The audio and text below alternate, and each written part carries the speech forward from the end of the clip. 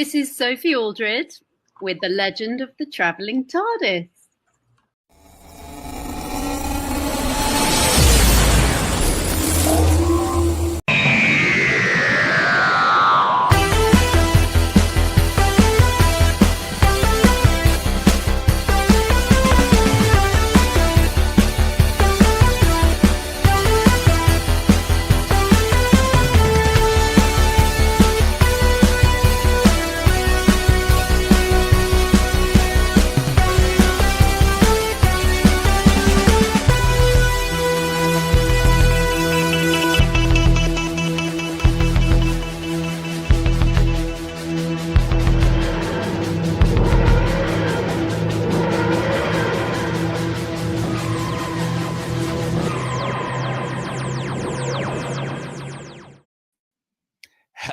Hello, and welcome, fellow Whovians.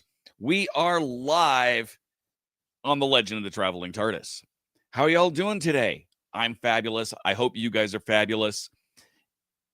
We've got a bittersweet moment. It's the last review of Ncuti Gatwa's series, of Ncuti Gatwa's era, of season 2 of our Doctor Who. On the upside, I don't have to do any late night watch parties anymore.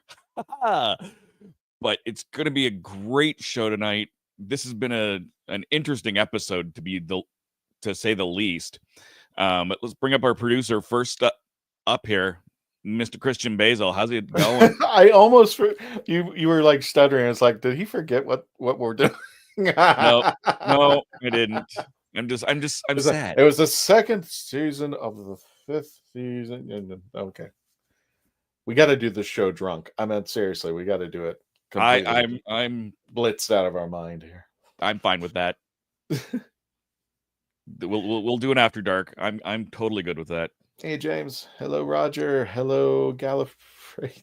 I can't say Gallifrey these nuts. Hello everybody who's joined us. Timescales. Yep, I'll be doing the chats again. So try to see if you can outdo me. But I'll be in the producing corner right here.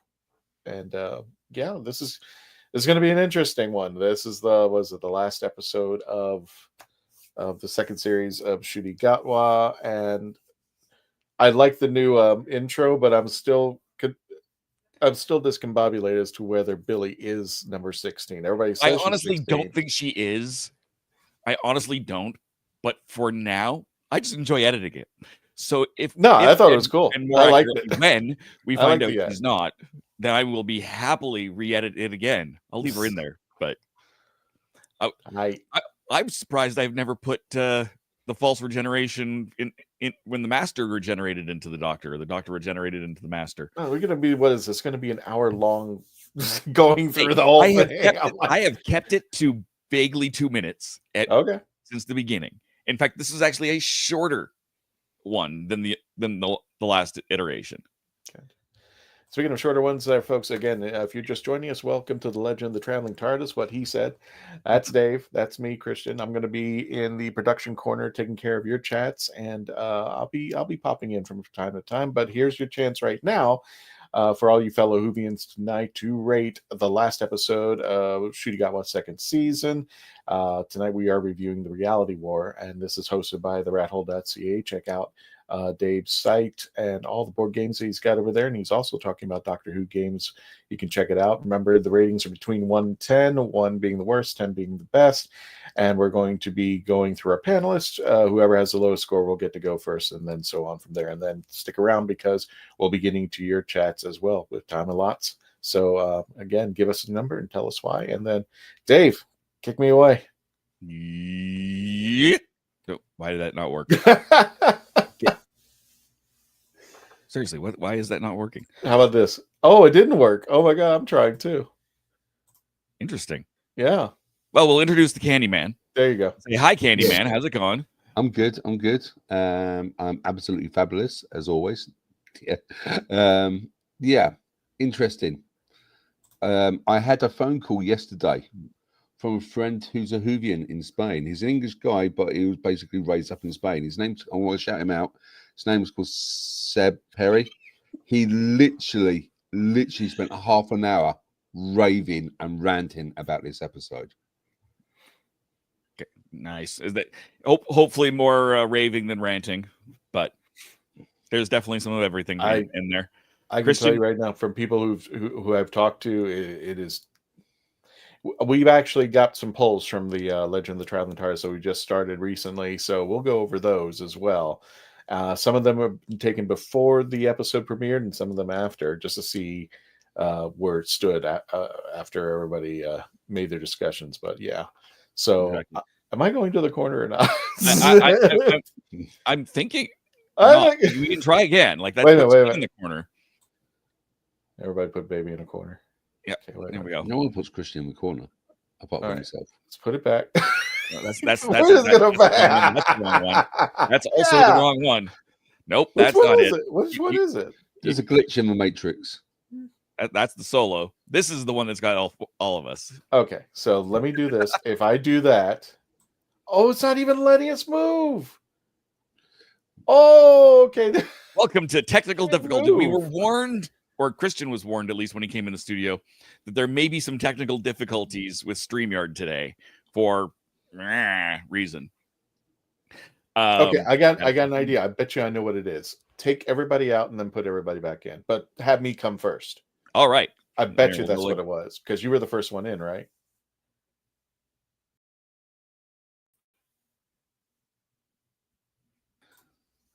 Yeah, there we go.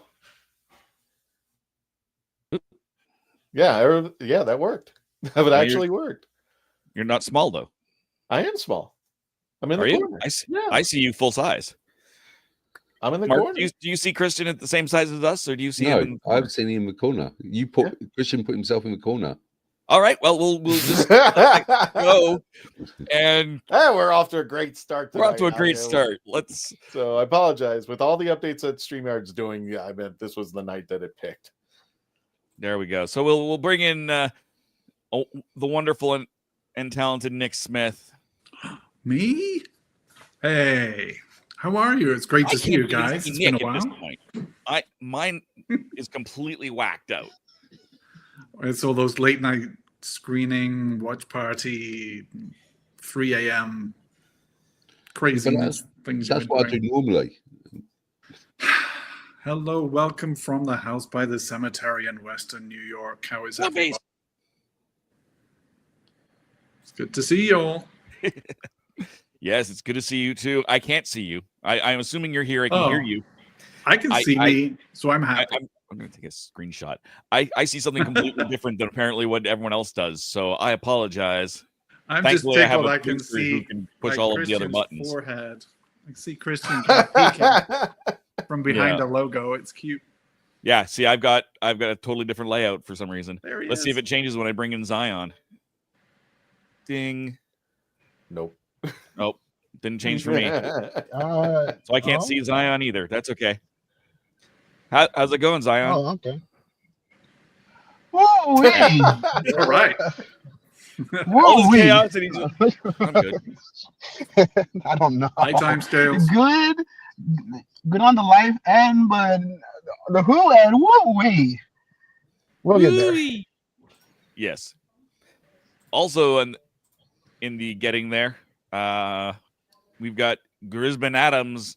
Mr. Adams, sir. How are you doing? Mr. Adams, sir.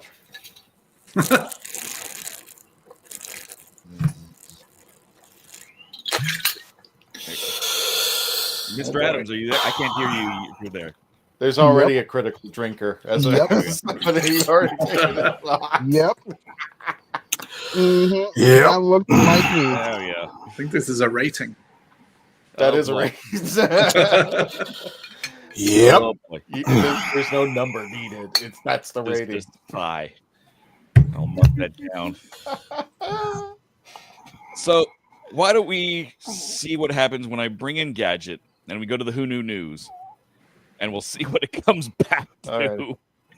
So here's laughing with tears right now because of what you guys are thinking. From my end, you have to see the crazy. I'm crying laughing because of how funny this is. I got holy water if we need it. I really do. What? I think I should just like holy water on my laptop. That's And just random. I'm also an ordained minister. I'm also an ordained minister, so a power of That was absolutely random. I got holy water, by the way. I'm just like, hey, with my place I around just here, carry it wherever I Could go. be herbivores around. you never know in this place. Remember, I'm a psychic empath and everything else. Everything runs around this place. But I am. He had me in stitches. I was like, I had to mute it. You guys would have heard a cackle so far. I couldn't. Like, I needed this. After what I've been through, I needed this, especially after All right. that Speaking of reality. losing it.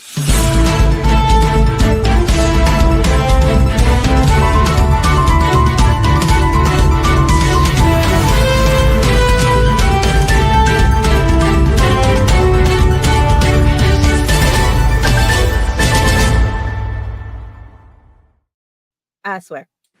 I love you guys, and I swear. I still, for the record, Just I get to the still point. see me, Christian, and Mark. That's it.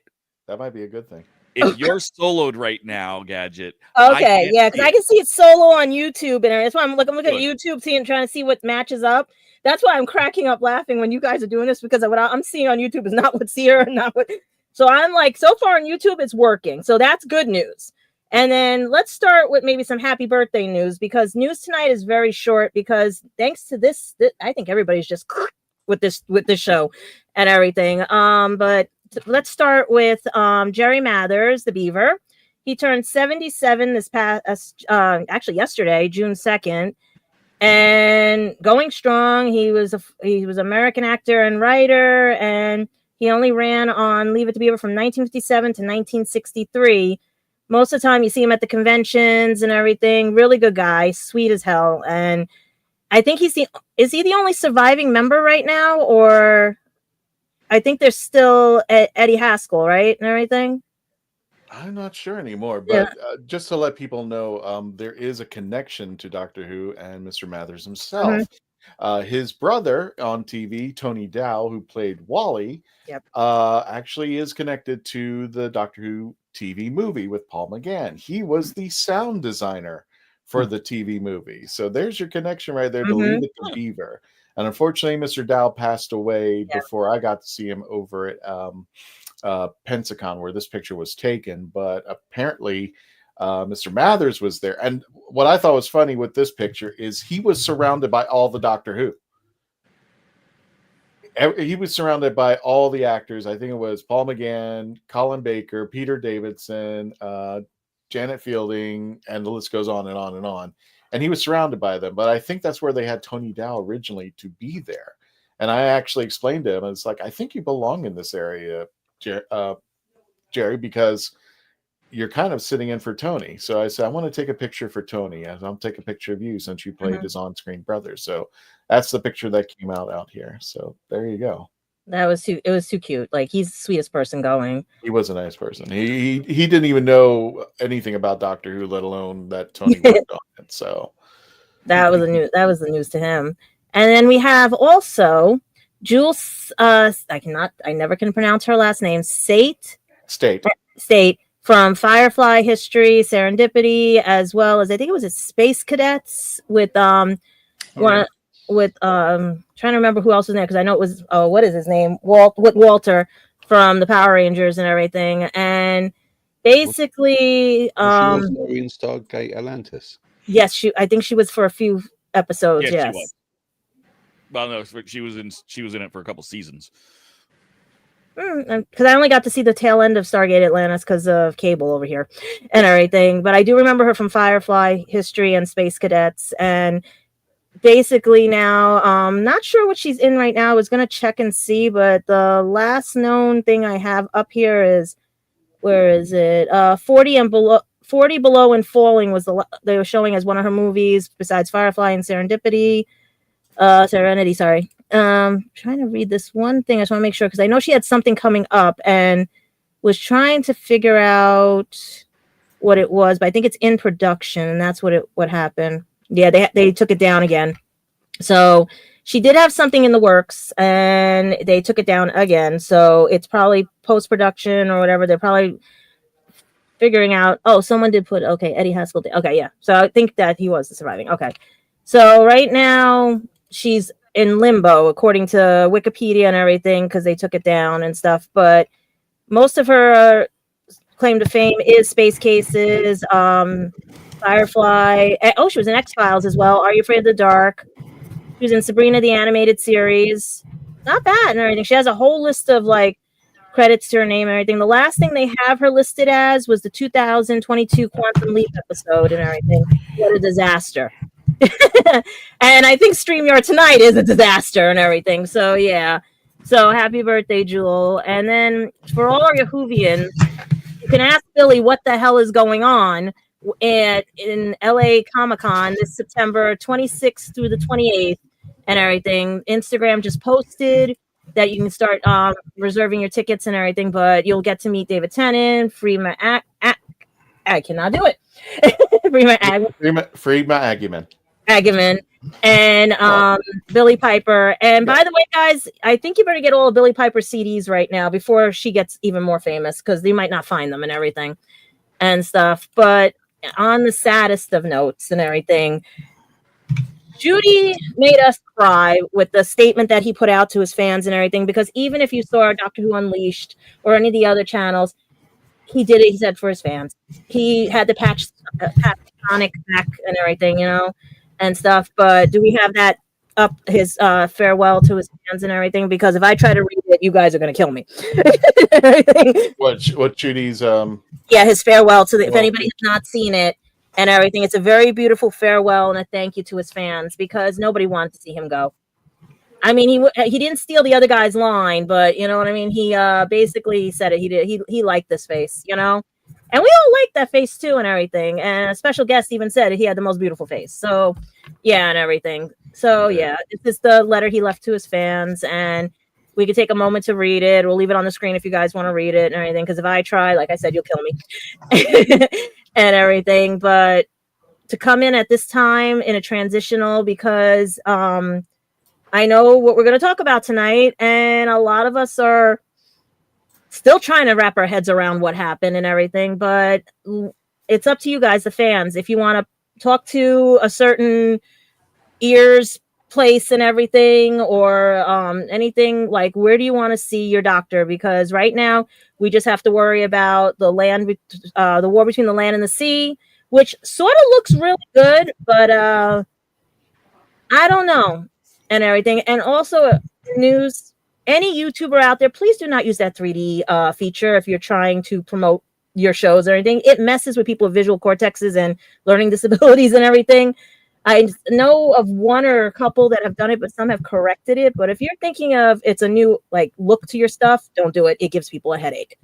Otherwise, that's the news, because the headache we have tonight, I don't even know what I'm going to review it at. So, Shooty, please tell us this was all a dream and we come back to reality later and everything. But that's the news and everything. Hopefully tonight's review, we're not going to butcher this thing.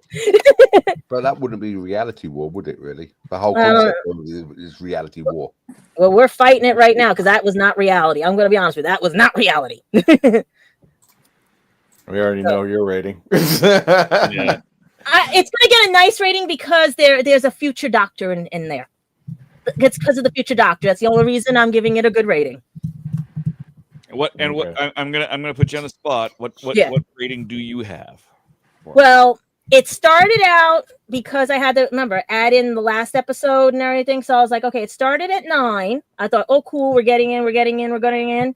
Then I see Omega. Then I see this. And I go like 8, 7, 6, and then the only that saved me was when I saw Doctor Who. I'm gonna say it, Unleashed. I'm gonna give them a shout out. The littlest actress of everything, and it went back up. So I'm going anywhere between a 6 and a 6.5. All right. Okay. And wait a minute. Let's make this. Let's end this. Yeah, let's make it official. Official. And you like my TARDIS? Yes, I do.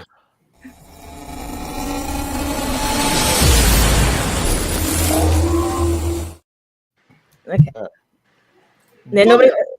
Yeah, I didn't know how. I was shocked when I saw the control panel in there. I didn't realize that was a TARDIS. I did not realize. That's why I kept it up for this episode. I was like, let the guys see this. But yeah, no, 6.5, 6.5, and that's because that little cuteness. Sorry, I that cuteness.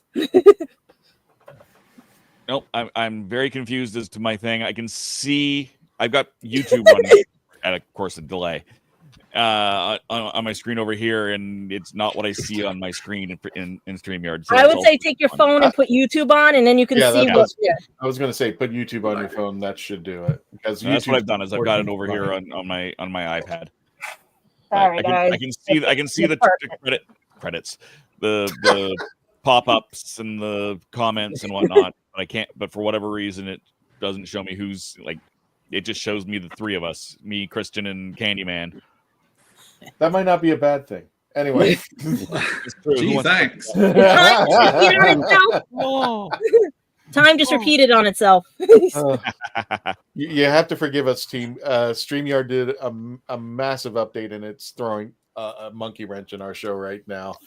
But Dave can't see. That's because time is out of sync by 1 point whatever degree. Yeah, Dave can't see half the screen, and if you're familiar with StreamYard, we used to be able to move videos and pictures around easily, and not only that, we can move people around. And now it's not letting us do any of that. I think there's. I would say, why don't you hit the refresh button, Dave, like I just did, because I only had seen you on the screen, and that's when I got this back. No, yeah, when we go to commercial, don't do it. Please don't do it. Move. That's what I'm saying. When commercial, like just hit the and see if it works.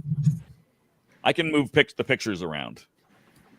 You can move that, which is weird. I can't. You can though. That's weird. Yeah, and the same for videos because I moved that because I uploaded the new countdown.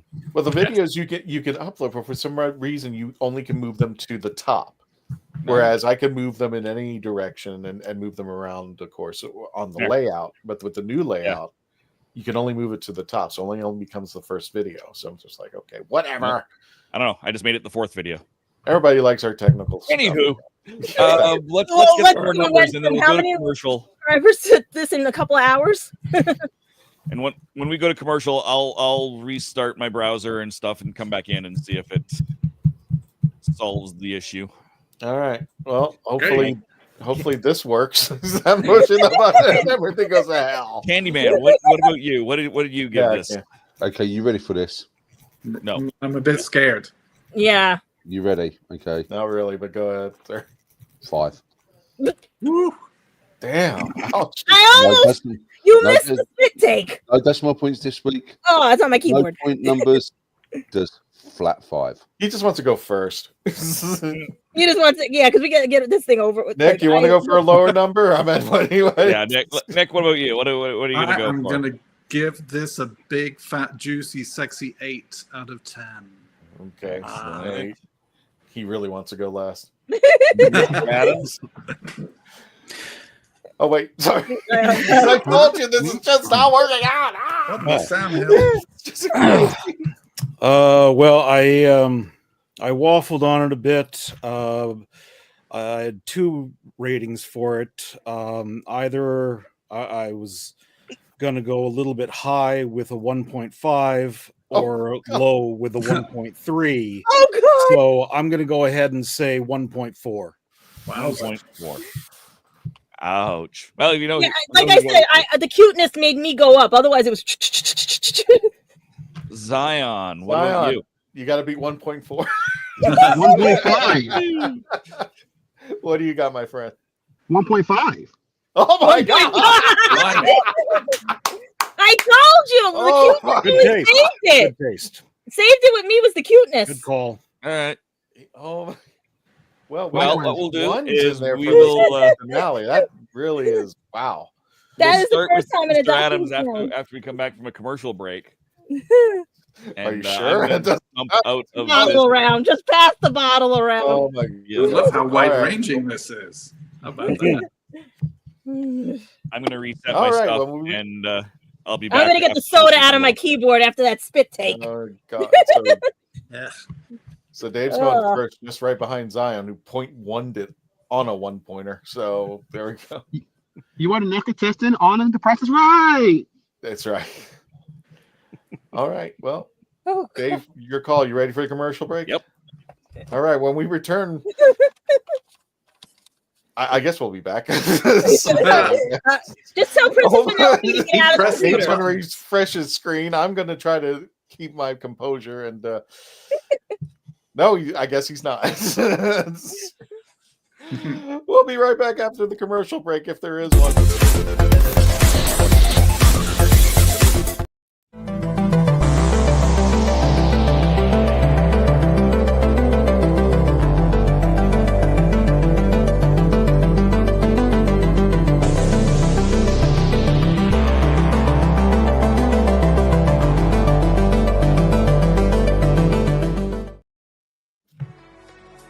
Are you a movie nerd? Do you collect VHS, DVDs, CDs, records, and so much more? Are you looking for clothing from 1940s to 2000s? Do you need cosplay or themed outfits? Come to Ducky's Vintage. We have it all for all budgets, located at the Oviedo Mall right off of the 417. Ducky's Vintage for those born in the wrong decade. I'm author Mark Muncy. And I'm author Erica Lance. And this is Eerie Travels.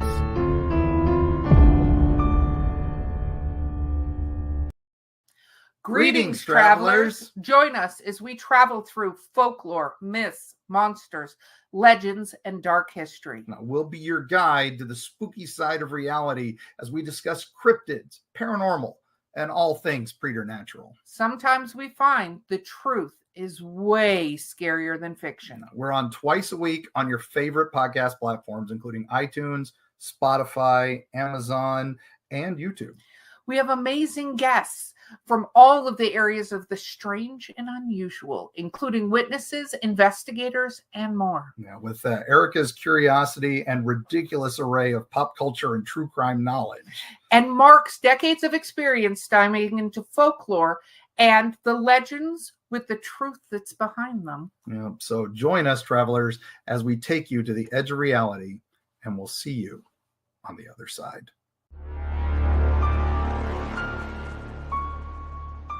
I didn't listen to that voicemail. I'll tear open that letter you sent. Don't you tell your friends I want you back. I gotta leave you now and unread, because you've already said those words that switch my heart to dead from loving you. So you'll stay ghosted and I'll stay focused on sewing clothes. The spell stays unspoken, a dark silhouette of a marked man and broken. Right down, I didn't listen to that voicemail or TikTok, that story you sent. Don't you reel me in to get me back. I'm gonna leave you now. Oh, sorry. I'm Eric Roberts, and this is a legend of the Traveling TARDIS. And I give up. I give up. I surrender. Holy water. We're back, and I can see everything properly. Oh, good. Hello. Ooh, there we go. Oh. Well, now you got the features back that go like that.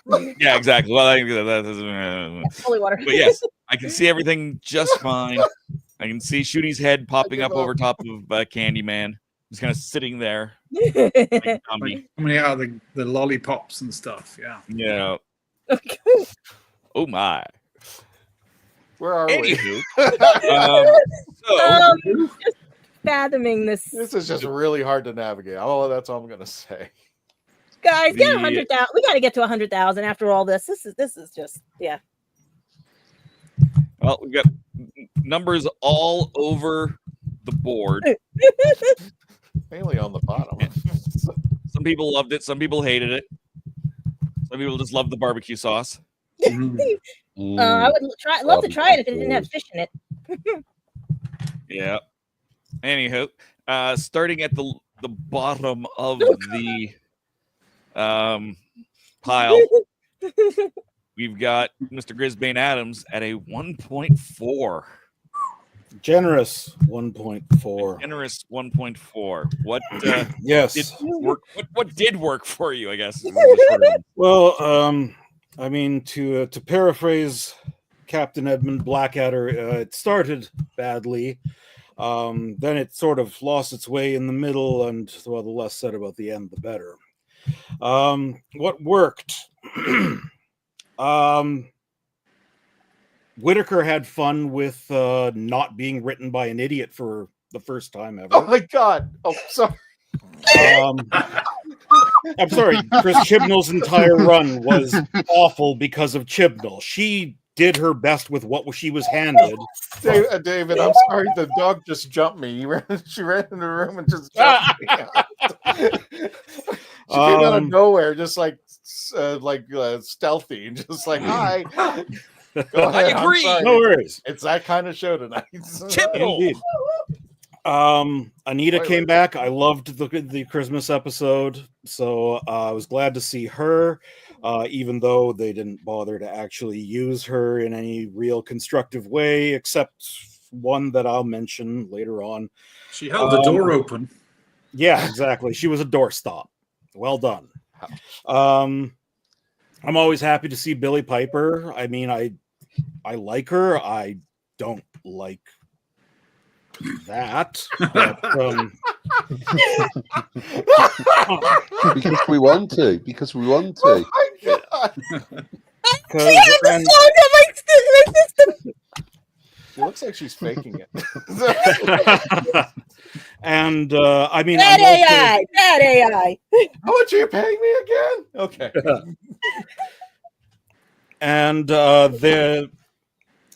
another thing I like is that Gatwa is gone and the series cannot hurt him anymore. I think that this season has sucked enough that this was at serious risk of being a lead weight around his ankle while he's got a very promising career starting.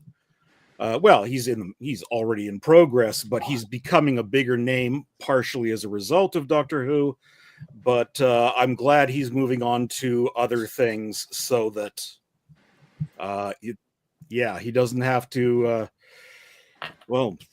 fanny about with the things in episode 1, 2, the last one, this one,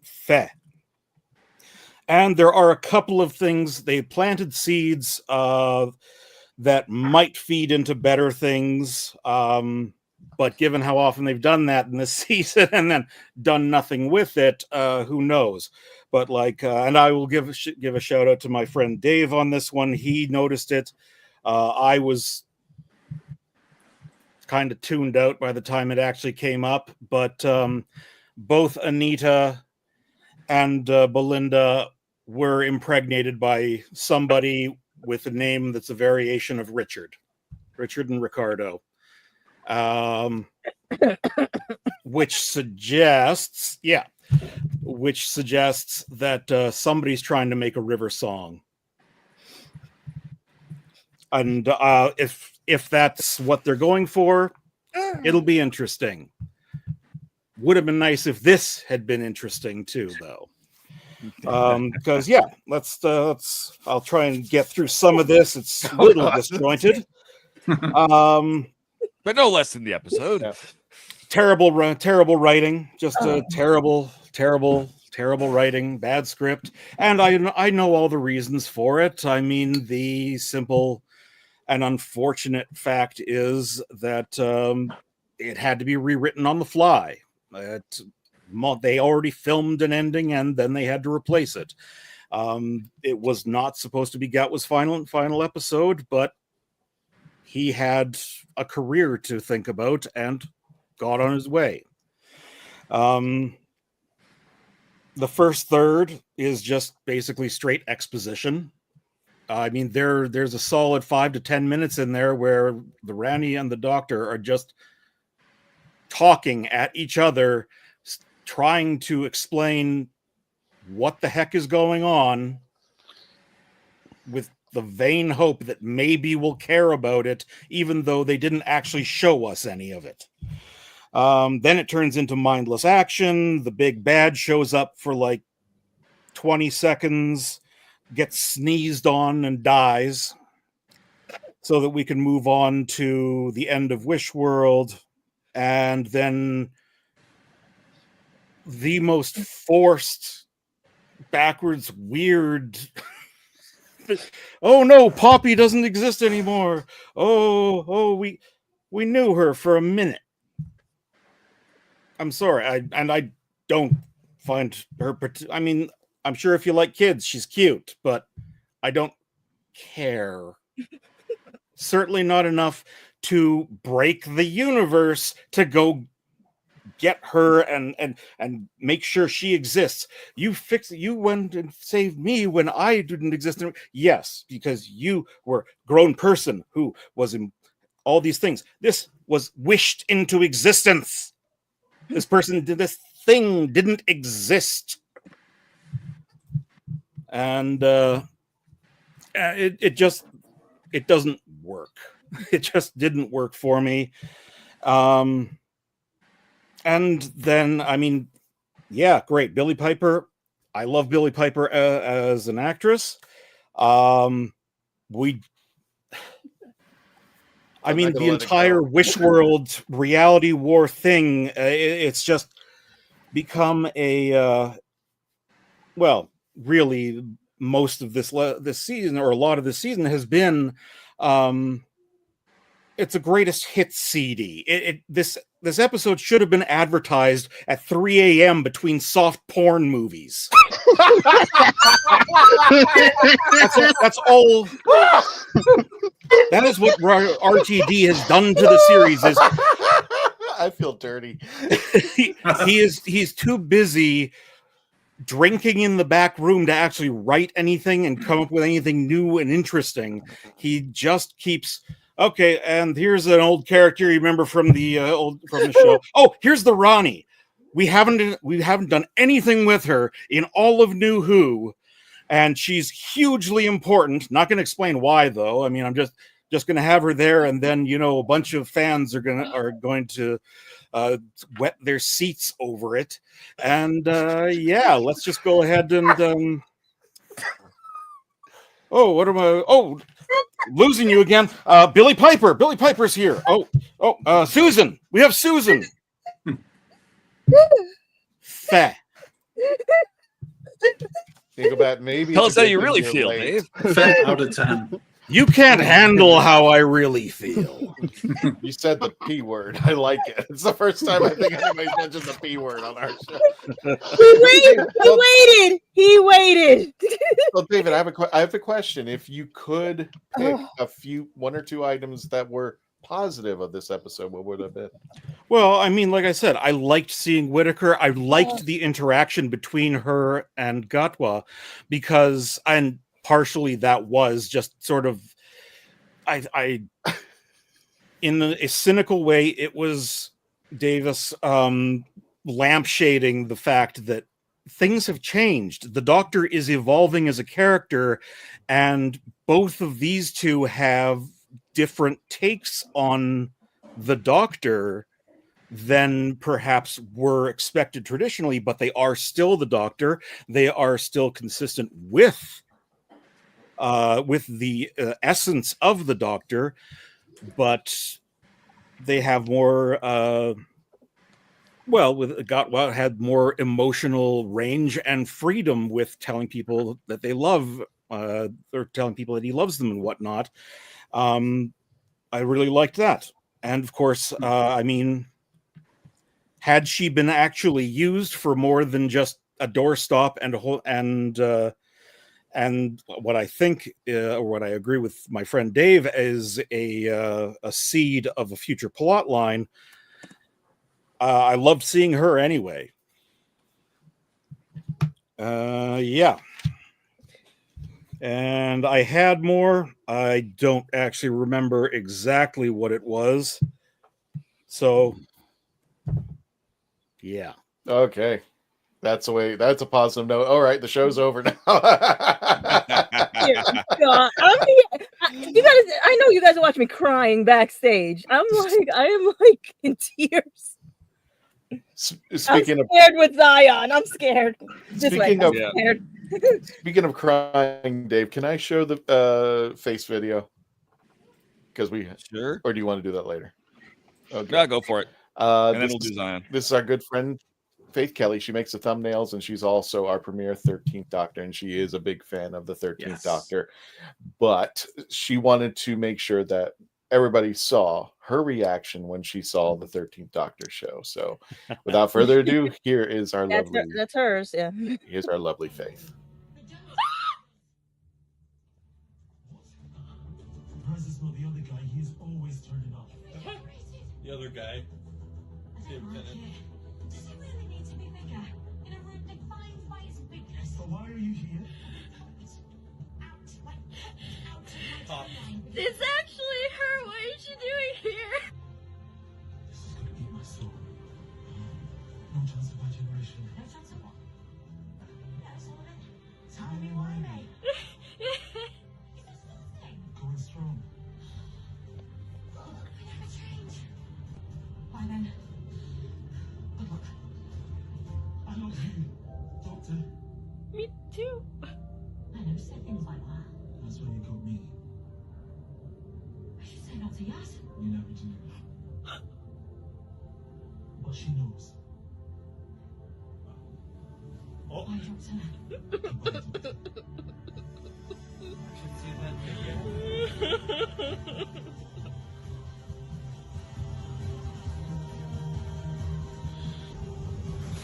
Oh my god.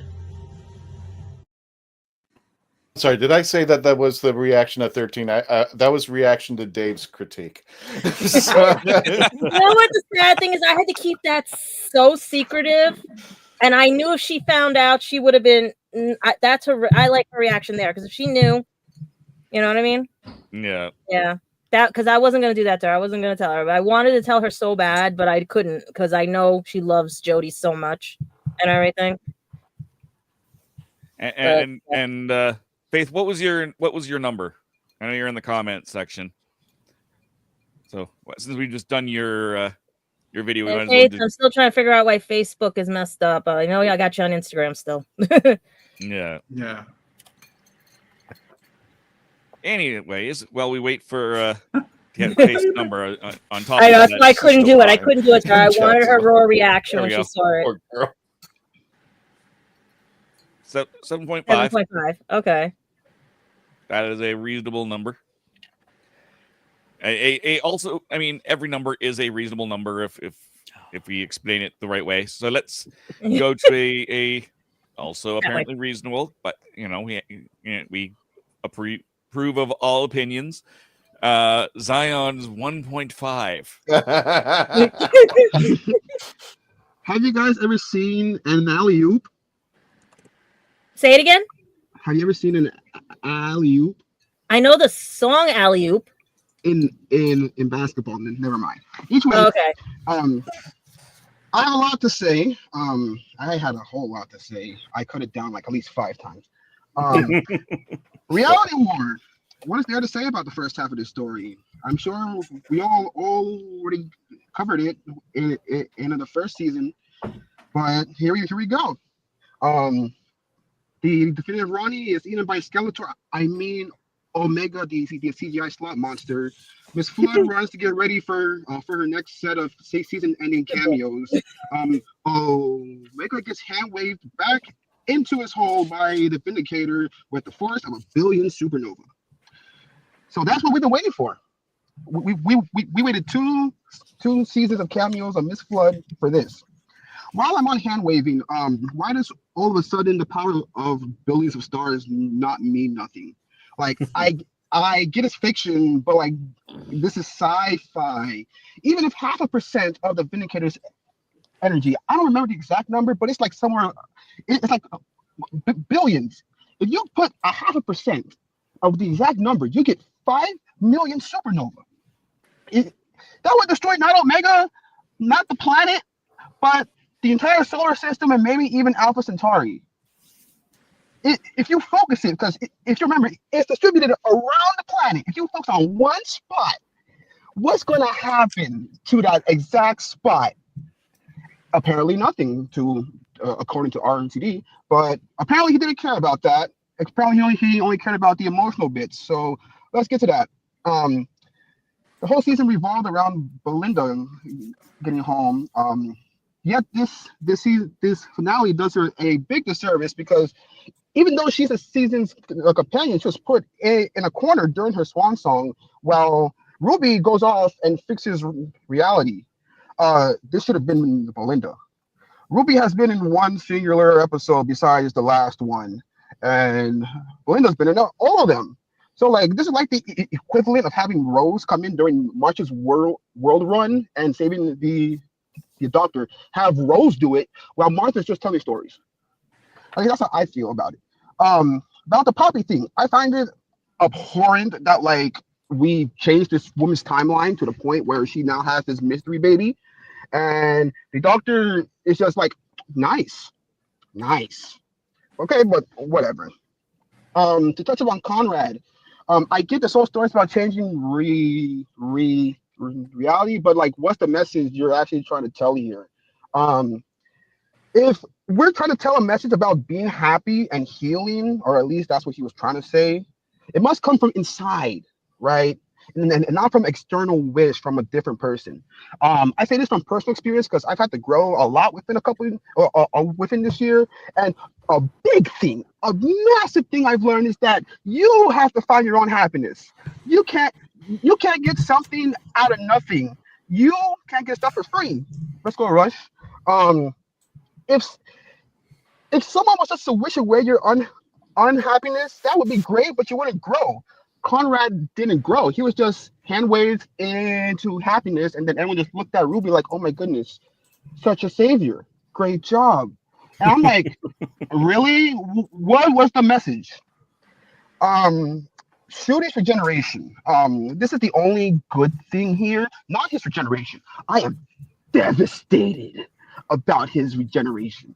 But the only good thing is 13 showing up, because it is a perfect example of how I feel about this run, or like the last couple runs. Untapped potential. Once again, we've had bits of this during all of Jodie's run. You give her just a crumb, just a small crumb of good writing, and she'll bake you an entire cake. An entire cake. We are living off that one scene still. And I don't know about you guys, but I felt it. When you see these moments where you give her these parts, she feels like a part of the pie. You could look at her in the eye and you could see the Time Lord through her eyes. And like, I just see, and the same thing happens with Shooty. You get these small points where you can look at her and say, yep, that's him. That is him. And it's just a blown opportunity. Like, we've seen how this whole Doctor, actor, and actress run goes. Season 1, they get their feet wet. Season 2, they build on top of the first season, and they get the flesh out. By the third season, we're already loving them and wishing that they get time like Tom Baker. We've seen this with 11 and Amy. They are a perfect example. With 15th generation, we are robbed of that. For the classic fans, imagine this for a second. Imagine that for the 7th Doctor, it was canceled in season 25.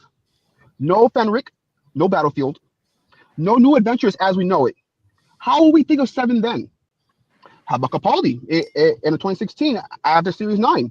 Heaven Sent and Hell Ben are great swan songs, but he had a phenomenal 10th series. Still to this day is seen as one of the top 5 in some people's top 3's best series of the modern era. What would happen if we didn't have World Enough in Time or The Doctor Falls? Where would this show be if these particular doctors didn't reach their zeniths? And that's what happened with Shooty. We'll never see him fight the Daleks or Davros. We'll never see him fight the Cybermen. He'll never meet 14 and Dawn again. 15, we have 15. 15 will never save Rogue from Hell Dimension. He may never even find out why Ruby even snowed. But hey, I guess, is this a product of the time that we live in? Is this a product of that shows are not allowed to breathe like Star Trek and get 7 seasons with 26 episodes. I don't know. All I know is that it's not fair. Last bit, as for Billie Piper, I'll keep it brief.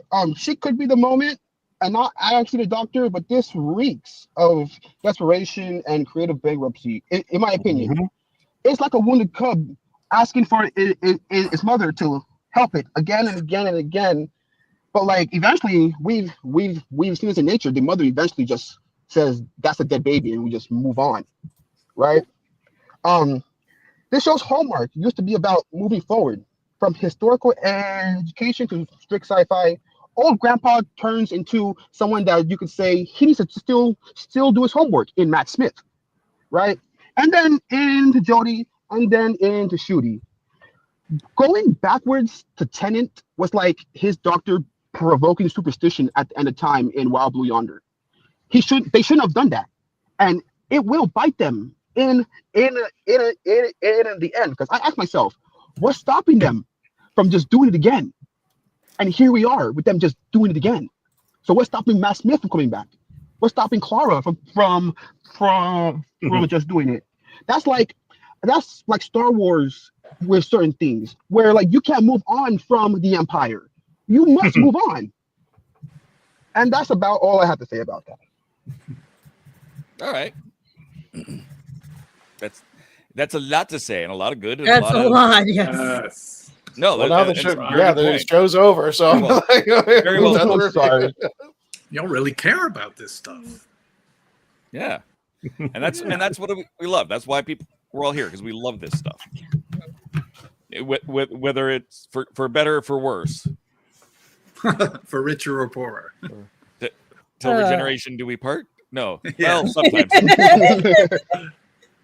Someone pass me that bottle, please. Yes, could he just send that straight for me? Yeah. Well, now that you passed off the drink, Mark. Yeah. Wait. Do you actually have a drink there? Because yeah. Oh God, he does. Yes. And what is that noise? 5. I have no or idea. the writer's room. Just getting out of Dodge. What? I wish I had root beer. That's the strongest I can have.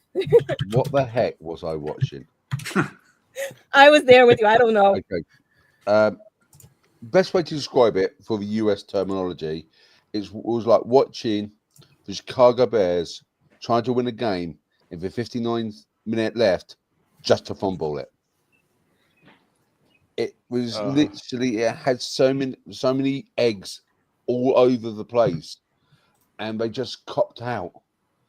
Russell T. Davies, I love some of your writing, but seriously, my 13-year-old nephew doesn't watch it anymore because it's gone off track after Chibnall and Jodie. He doesn't like the woke policy, and he's 13 years old. It's supposed to be designed for a new generation, but yet you bring back legacy characters which the new generation has not even heard of. And then I've got a friend who lives in Spain who basically grew up with modern Who, and he's still basically saying it's too much in your face. I'm getting this from every single direction, and I'm sitting here. I've tried to do tried to do spoiler free, watching this episode, and it had I think it's trying to please everyone, but yet it's alienating everyone at the same time. Because, yeah, bringing back Caroline Ford, Melanie, Billie Piper, yes, that's good for the nostalgic. But the new people, this was designed for New Who. They have no idea what they're going to go back and try to watch what's going on, or are you trying to? It's like, what is Doctor Who becoming this episode? And look, was I watching even Star Wars? Because like when Stark Tower unit goes into battleship mode, it was firing ion cannons, which was just ripped off from Star Wars, while looking like Stark Tower. So was I watching Doctor Who? Was I watching Marvel? Or was I watching Star Wars? I don't know. Credits due. Disney owns all of them. Yeah, this is my problem. I'm waiting for that episode. Yeah, all of them. It felt like it was a crossover. The sorry, it was just like it just had potential and then just copped out. Oh, you're not my daughter. Okay, my friend from Spain told me that it said Poppy 54 times in this one episode alone. He actually counted it. Poppy, Poppy, Poppy. 54 times they mentioned Poppy in one episode. And she comes out to be a total cop-out because it's not the time of child. She's just some child that Belinda got knocked up with after they split up with it, and because parents were going off to a music concert, she had to be there. What? Yes, I know the writing was basically written because it was going for her. And what did they do to Omega? Seriously. It looked like something out of like, I don't know. It wasn't Omega. It's like that'll be in my review. Yeah, what a waste of it. It was like there for 30 seconds. The very good thing was the still Rassilon. That was classic. But I think the problem and I've said this to many people in the bars because my bar where I was watching it also loved Doctor Who as well. We've got so many locals who watch Doctor Who, different generations. And the problem I'm thinking that Doctor Who is suffering is it doesn't know what its target audience is. Because I think this episode, I've said it right again, is suffering from Star Wars Episode 1. It's shiny, but got no substance. Yeah. I feel like the only one good episode in this season, I think, was the Well. I think that was done really well. Everything else, everything feels like it's just put there. It's and because it's gone out worldwide, I think it's lost a lot of its quintessential Britishness. It's not like it's all nice and happy and shiny, and everyone's kind of happy, and I'm going to love you, and you're going to love me back, and everything's going to be like this, and I'm going to be like the Muppets of Sesame Street. And Lots of hugs. Yeah, it's like when you watch. I think I pulled up an image of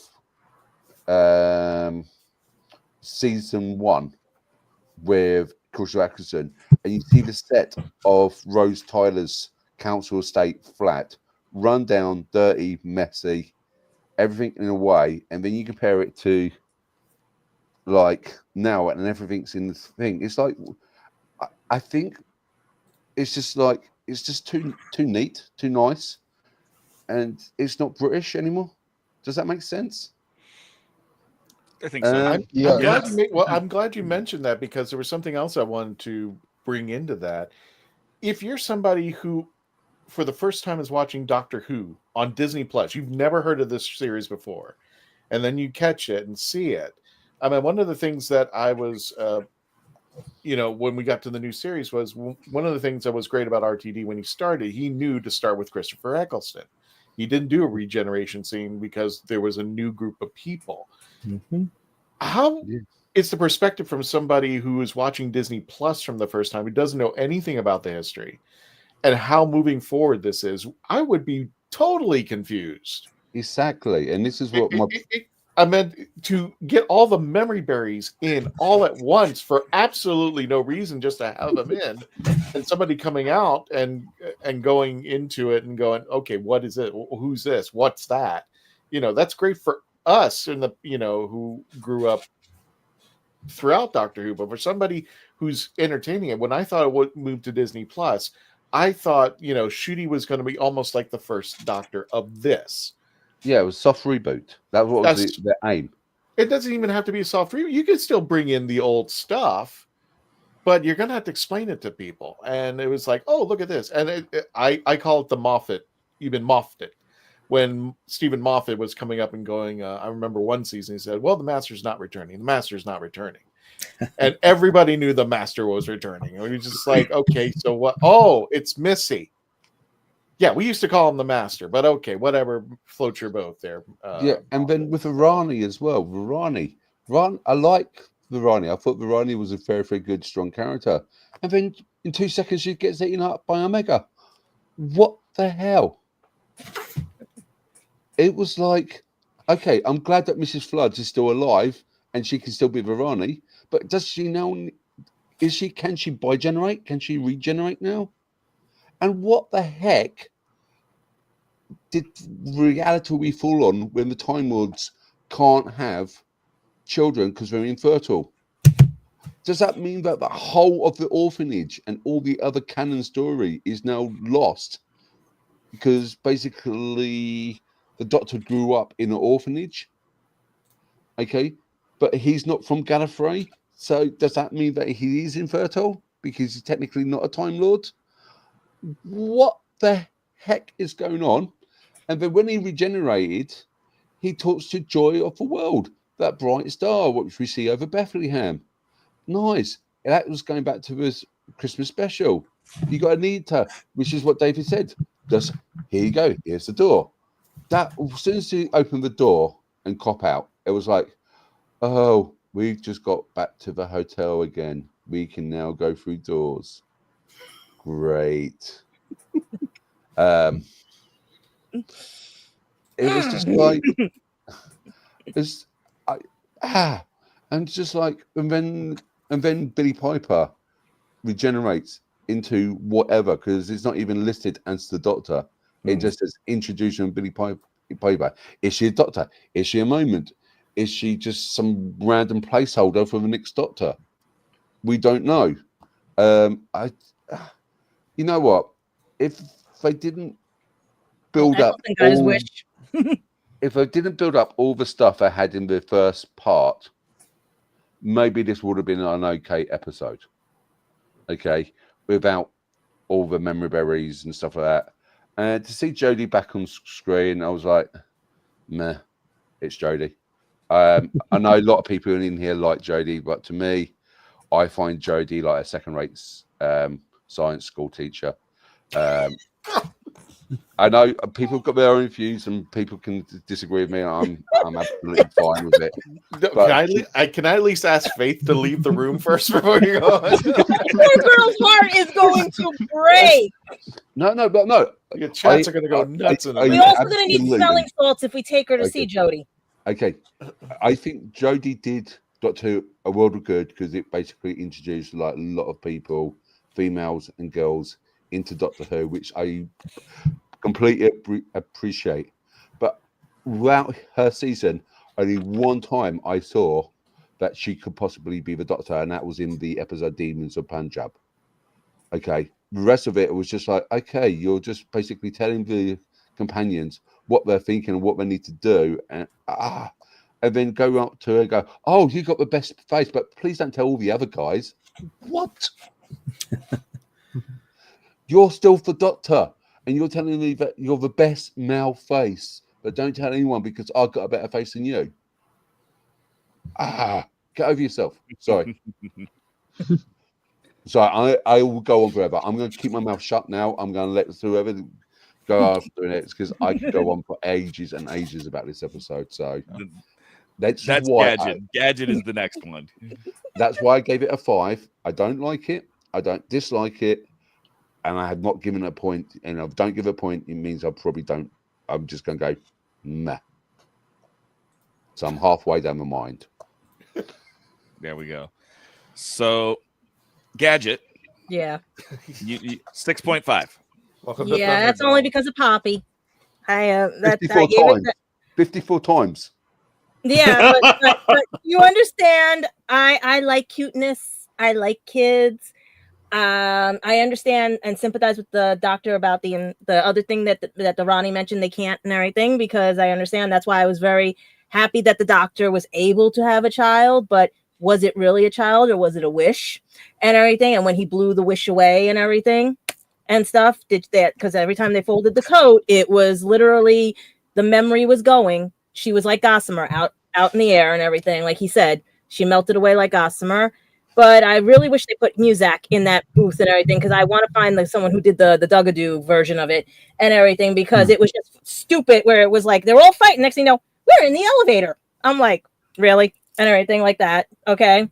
But I also was laughing because I saw, let's see, what was it? I'm trying to think of what it was. the flying scooter, because that reminded me of Flash Gordon, and also like Ncuti said he felt like he was the Green Goblin and everything and stuff, and or the Hobgoblin, whatever it was on the scooter and everything. And then I'm sitting there, I'm going like, did he just rip off Attack on Titan? Because that's the scene in Attack on Titan when the big Titan comes and it picks up the people and it eats them. And when Eren Yeager and all of them have to go after the Titan and everything, and I'm sitting there going like, I know Ncuti likes, because I met him through Asa when he was promoting sex education and everything, but I know he loves anime. I love that, but everything I kept seeing was everything from Marvel, anime, you name it in there. That's why when I got to Poppy, I was just like, please. I mean, the Titans are several thousand years old Greek mythology. Mm-hmm. But if you watch Attack on Titan, the anime, you will understand where that scene comes from. Oh, I know, but that's where Attack on Titan got it from. Yeah, I know. That's what I'm saying. It's just like hysterical. Attack on Titan didn't create Titans eating people. No, but it was just that scene was exactly mirrored one of the scenes and everything. But it was just too crazy because it was like, it started out good. I was going like, okay, we're going to finally figure out what's going on, that he gets his identity back. He gets everything. He sees Anita and everything. And she's so upset because she actually did like him. But then when she saw him with Rogue, it was like, she got thrown, like she said, thrown right into his arms, the other person and everything and stuff. And you can see the doctor's like, I understand and everything.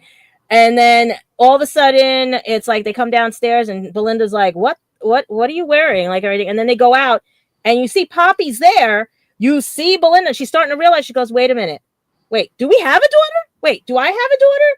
Wait, what is this? Like she's trying to fathom what's going on because reality is now sinking in and everything. And then he opens up into Unit and I'm like laughing because I love when Kate says, I'm wearing tweed.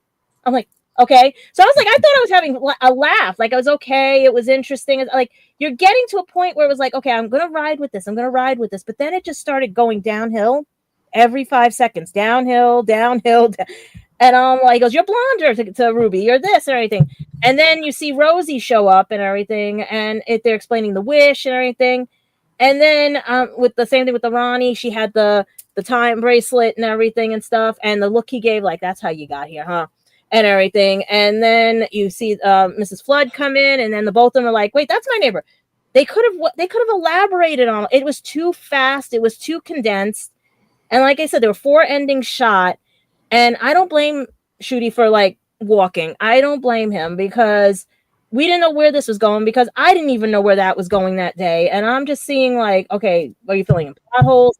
You're dealing with someone who's an abusive child life you know what I mean? He wanted a life and he wished into something because he was listening to the doctor. Meanwhile, the doctor was the one that created Lucky Day. And then all this, like, is the doctor the cause of all this and everything? So, and then you see Ruby using what Freeman's character used to get into with the Asahagan key and everything, that damn jacket thing and stuff, just to get the baby and to make the wish to make him happy. I mean, I like what Kate said. Just punch him. Just punch him. I would love to punch some of my exes. Just punch them, you know, and everything and stuff. But it's like, it just went nowhere. And then they were in the TARDIS. They weren't in the TARDIS. And then the cot disappeared. It just was more sad seeing Poppy go, because, and then the gods play tricks. They were off by 1 centimeter or 1 section or whatever percentage of the earth and everything, where you got people alive that shouldn't be alive, this and everything, because it went all glitchy. But why is Ruby's memories like still intact? She wasn't glitching. She was still intact with everything. She remembered all the other lines and everything. So, and then when he goes to fix it, he literally gives Belinda a child, like, but she's human and everything. And then he says, remind me again and everything. And it was just one of those where, like, wait, I thought you had roommates upstairs. I mean, are you sharing a house and your mom comes over and everything and you share it with people and stuff? Or is it like a tenement house, like the way Ruby's house is and everything? Like, I was so confused. And Dad was missing in action. Both dads, actually, and everything, because I thought we were supposed to see both dads. Like, it just went. And then the ending I was told was that not Billy Piper.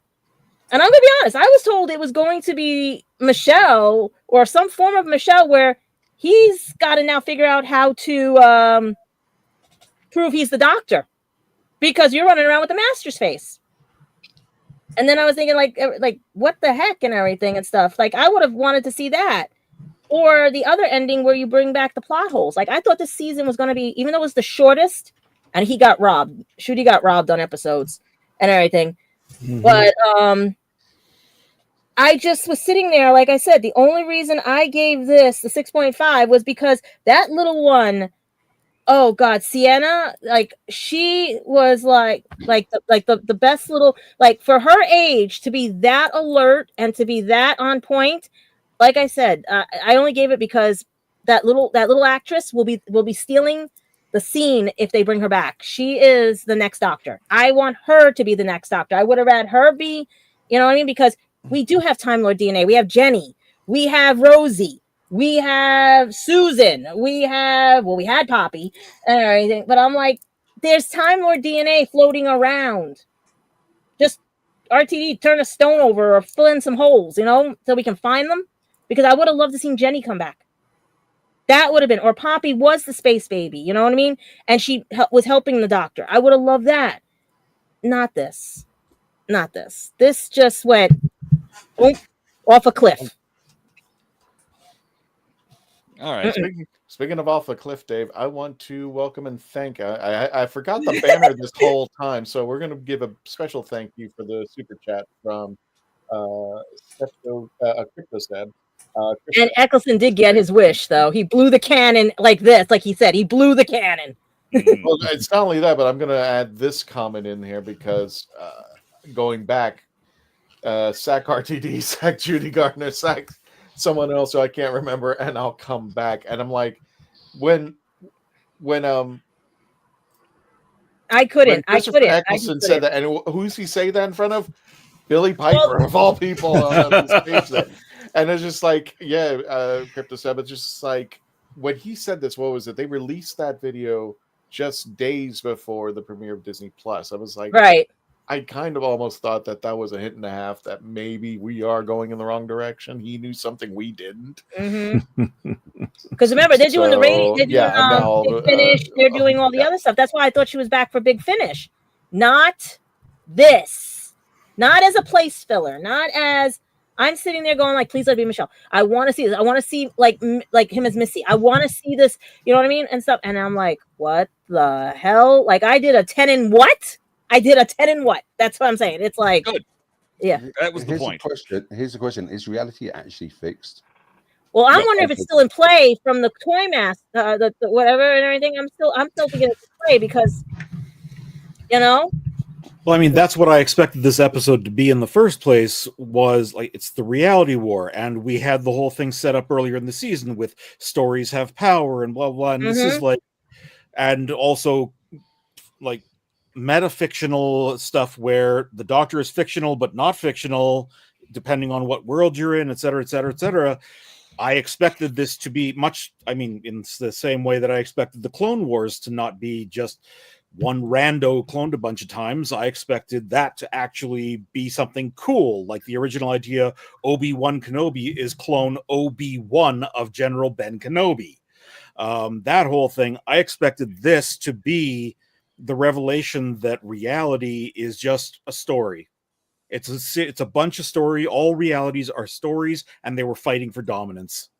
And I expected them to go into that somehow. And this is what I got. Meh. And I just hated the fact though when the Ronnie said she's tainted. That was my icing on the cake where I was like done, because she's contaminated with human DNA, and that was a throwback to McGann's and everything. But at the same time, that hurt me because I'm gonna I tell you guys, I can't have kids either, and I was so happy when the Doctor was able to have a kid. That was like, I was like, oh my God, I love that. That makes me feel better. You know what I mean? There's hope for people who can't. You know what I mean? But the Master made them infertile with the damn thing. That's why she did her bi-generation rehash and everything, as she claims and everything. And then you get this, but to say with Rosie sitting there, she's half Time Lord, okay, from Donna, because of the hand and everything. Okay, there's their DNA. Right? There's because they're tainted. She wouldn't take them, and I don't like that. Also, I did want one of my other things. Sorry,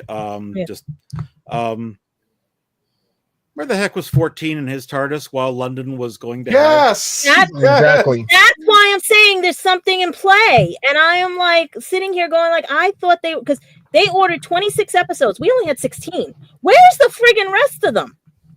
It's all Mavity. No, remember we got rid of it. Ronnie got rid of it with the gravity. No, I hate that word. I hate No, the Ronnie said it's gravity. She looked at him like Mavity. Yeah, okay, yeah, whatever. You know. All right. So Nick has been sitting very patiently. I want to know why he gave us an 8. I want to know. Are you sure you still want to give it an 8? Hey, I got my regeneration guy here. This show doesn't need any cheerleaders. We all love this show. Yeah, I mean, I could talk about the problems I have with it, but we've all got problems. Let's talk about the good stuff. The lighting. Oh my goodness, we've got building blocks here, right? We got building blocks of what technically can be done with this show. Well, they had to do it for cinemas. The music, I love that music too. The main reason why I gave it such a high mark was because it was trying different things again, and I love it when this show tries to tell different stories. We can have relationship drama. We can, explore parenthood. What does parenthood mean to someone who, hasn't experienced it in this way before? So yeah, it could have just retreaded The End of Time or Caves of Androzani or something like that. But instead it was very experimental, probably too much so, because the way Gadget described it, look at all those ideas flying around and not really resolved the way we would like. But I want RTD to play. I want this show to be playful in the way that it's telling stories. It's not just another Alien of the Week story. We've got gods. We've got, the more I think about this, the more I listen to you guys, the more I want to talk about the problems. But I'm not going to. Valor says you're never coming back. I love the visuals. I will just throw one kind of issue I had with it was that just like Sutek, Omega, hashtag not my Omega, it was like Omega's guard dog. The beautiful design of his costume in Arc of Infinity. Imagine what they could have done with that, in this modern era. They could have really expanded on that. What's he doing in a tomb? He should be in some antimatter other universe, not under the floor somewhere. So it's kind of weird to me. That's where I keep all my gods. Yeah. RTD would bring back these characters as some kind of fan service, but then change them to be unrecognizable. But again, surprises. I like surprises. So I'm going to keep watching the show until something else happens that we don't like. And then we'll see. We'll still watch the show, but we're now hate watching. And then who's the boss? No. Who's the boss that they keep talking about? Because he says he had to park it. Like you had it with the Meep. You had it with who didn't need to say, oh, the boss says hi. I'm like, okay, what is going on here? Well, we'll again, they can't tie everything up. This isn't the end of the show. So that and RTD has said for years that he's got season 3 and 4 plotted out. Now, Ncuti leaving is probably going to change some Maybe of that. leaving. But it's all alleged. We don't know because she could be a place filler until he finishes his thing, and then in theory, let's go with that because she he wasn't has- like Candyman the said. video of him he's saying not goodbye to doctor. the cast and crew is out there. So it's a pretty good theory that he's done. I'm willing to run with that. Yeah, but so did Tenant. And if not, I'll be pleasantly surprised. Yeah, Candyman, Lieutenant. That's why Yeah. Ncuti made that comment. At least it's not the other guy. Yeah, and I love that. I loved that Jodie came back. I loved her golden retriever puppy energy that she brings. It is definitely some of the best Are writing. you just for her. calling Dave? Are you just calling Jodie Whittaker a dog? Yes, he just did. No, I called her energy, not of a dog. It is very Can you much. believe that was a retriever wig? puppy. Can you believe that was a wig? She is the most adorable thing out there, and I loved her. This was some of the best writing for her that has happened outside of Sophie Aldred. You're wrong. This is the most adorable thing out there. Bye, Rose. God, no, burn with fire. Good night, Rose. Burn with fire. Get away. But I really did enjoy what she had to say. I give it an 8 as well. Was it perfect? It was far from perfect. I will fully acknowledge that. But the fact that it was a little over an hour greatly improved it. Someone in the comments somewhere back there said, "What would you do to reboot the series and get it back on track?" It would be, if we're gonna have 6 episodes, give us 6 hour to 90-minute episodes. Give us the Sherlock treatment. Ooh. For Well, only we do have Hulock coming up with him in his movie. Length episodes, and that would have fixed pretty much 75% of the problems I had with this last 2 seasons. Has come down to pacing. Usually too fast of pacing. So there was so much here. They could have easily gone 90 minutes. And it probably would have been better because they would have been able to take some of that 10 minutes of exposition that wasn't enjoyed and put it in a more palatable way. They would have been able to address some more of those loose threads. Yeah, they can do high energy without having to make things so compressed. Exactly. Blink and you miss it. You know, we need a moment to kind of soak things in, and then they can throw something else at us. You know, I know Mark didn't like the look of it. He thought it was too shiny. I thought that was brilliantly done, specifically because it was so shiny. I thought it was fabulous. It was one of the best looking, 2 of the best looking episodes, if you want to count them as 2 separate episodes. Visually, of the special effects, Dave, I've got no thing about the special effects. Look absolutely amazing, but it just, I think, like I said, like when you watch episode 1, okay, episode 1, the special effects were amazing, but it just looked shiny. You know what I mean? It just looked too new. Yeah. The world was new. It was a brand new world. Yeah, but we a weren't. whole new world. A dream is a wish. That's it. Hey, that's my trick. We'll have none of that. We'll have none of that, sir. Well, yeah, the mouse is the problem right now. First The of all, mouse has got to make a decision. I don't want to get a copyright strike because of this.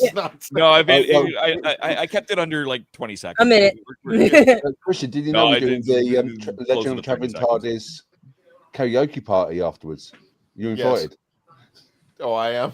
I'm not singing. That's for sure. Hey, there's a plan. We'll have a Traveling TARDIS karaoke party at MegaCon one of these years. Katie already took our Mr. Whatever and did a thing on Instagram with it. That was funny and everything. With the gig, whatever his name was, I forgot it already because that episode was forgettable. Yeah, but other stuff that I liked, like I said, I did actually. I'm not going to say I liked what they did with Omega, but I also didn't not like it. Like, I think they could have done so much more with him and so much better with him. And he deserves to have much better done with him. But it kind of landed on par with what I kind of expected. If they weren't, they were either going to go and nail it, or they were going to gloss it over the same way they did Sutek. I would have loved to see him take the doctor's face. That's what I'm saying. What? Omega should have taken the doctor's face. I mean, they're still building to something with him. I mean, he's theoretically dead, but they're building to something with him because he's connected to the master. Like they very clearly used the drums over the seal when they were zooming in on it. So we'll definitely see something. Yeah, hopefully we will see more of him and a better representation of him. But there was, I've seen some complaining online that, oh, the doctor shot him. That's so undoctorly. Except that's exactly how he beat him last time too. That's why I was laughing at that part. Like that is. Oh, I don't have a weapon. Exactly. Like that's exactly how he beat him the last time, and I kind of really loved that throwback without it being as in your face as a lot of them have been. I didn't I'm waiting to see the understand the cosplay two for Ronnies. that one. Other than the conversations we've had on here, I didn't get the two Ronnies F joke. I got the first half of it being, oh, no more two Ronnies. But I didn't get that second part was a line from the two Ronnies. I just, it's, the line still worked. But she ran like a chicken. Yes, exactly.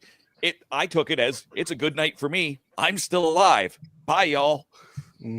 Oh, Sad part, she does look like my grandmother. I have sent you guys pictures. She looks like my grandmother. Yeah. and I hope we will see more of her. I loved Archie Punjabi, but she was too close to the master in her Ronnie. And that's what I didn't like about it. So I'm glad that she's the one who got eaten and that Mrs. Flood is still around and that we can have her back and we can see some of it because we've seen some of that Ronnie viciousness come out of her. But you notice she still had the keys. But you notice she still had the keys hanging from her belt, right? Yeah, like she's still got. There's tons left that can be done with her. Mhm. I don't know when. I don't care when.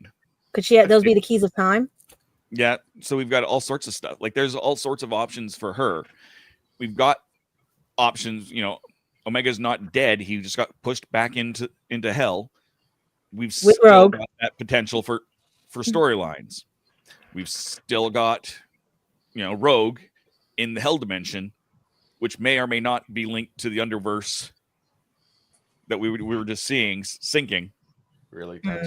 So we might still get that back. Maybe, maybe not. Who knows?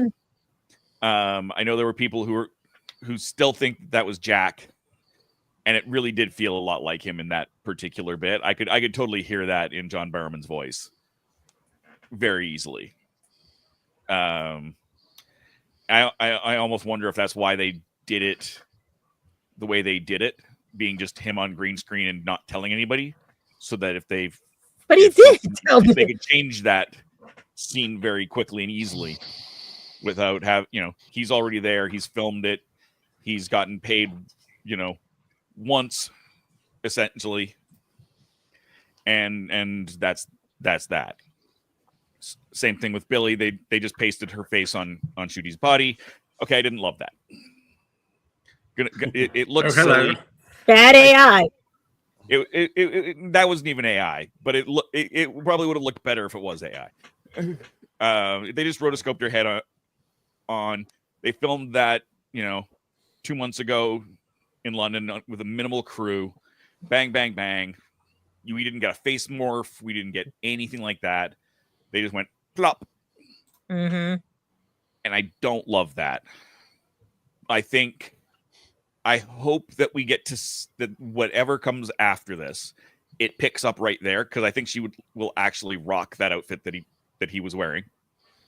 Somewhere I saw some artwork of her in someone did that. Yeah, and I loved that. That was actually like, no, she's gonna rock that.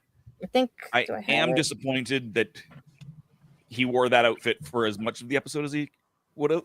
I really would have liked him back in the orange trench coat, especially when he was in that final scene on the Green Goblin sled. I think that would have looked really, really good in that outfit. I thought he was wearing that outfit to coincide with Robot Wars because he could go full circle. Get it? Yeah. That's why I thought he was wearing. That's the outfit he wore with Robot Wars or whatever. So, it's hard to say, and they didn't really do that. So that's. They did.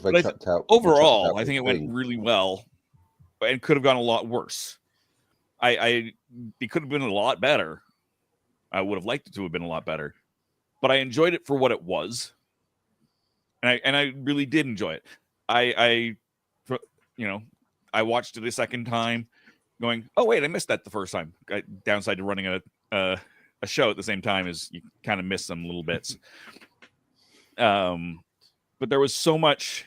It was such a well produced piece of art, and as an episode, it ranks up there as one of the nicest looking and best working episodes in that visual sense.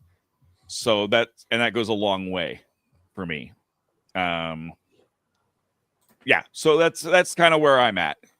we've gone from 1.3 to 8, all the way across the board, and everything in between. Just show the cutenesses. You got one sitting on his shoulder. Can we see Poppy again? I mean, see, and I don't find Poppy particularly wonderful either. I think she's adorable. I appreciate Poppy, but come on, she's adorable in Space Babies. I mean, look at that face. And they're both. I mean, Belinda just looks like get this kid out of my arms, but yeah. And now it's 56 times on saying Poppy on the Legend of the Traveling TARDIS. Exactly. So what are some of our Who's audience numbers out there, Christian? What's that? What are some of the audience numbers? Okay. What do they think? Here's her Eccleston. Yeah. Well, first of all, let's bring her back. Oh God. Okay. Oh God, because Can we make this the TARDIS? I mean, look at how nice this looks. we have the prior chats from the watch party, so Yes, let's go some of to those. it. Mhm. And there's a lot, Oh, so God. I'll be running through them. Stevek, I think that's how you pronounce it. Billy Piper, that's all they can come up with. RTD, truly a cretin. I've come back solely to insult his fans, and he succeeded. This was the most nauseating episode I ever seen. Tell us how you're really feeling. And I think also what we talked about earlier, David, that this is why I think when RTD said he was going to make it more fantasy than sci-fi, I was like, you really are going into a realm that we... Was he drinking when he did this?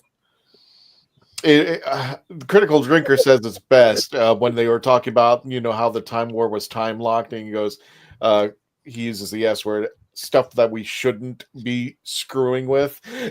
Type deal is just at some point you just like leave that alone out there. Some questions came up. Online Odie's. What about the whole thing with Susan, his granddaughter? And that is a good question. It was just like it was the other ending. I was plotted out for season 3-4 reveal, and we'll see come season 3-4. Go ahead. My problem with that is that Carol Ann Ford is extremely old. She could drop tomorrow. Bite your tongue. I'm just saying, because like, don't put that in the universe. She is one of the first, if not the first companion, right? She's the last of. She's going to be at a certain convention I do not name. Of the first 3 seasons, right? If you're going to do it now. Good thing Russell on that we got William Russell on before he went. So like, if you're gonna do it now. Yeah.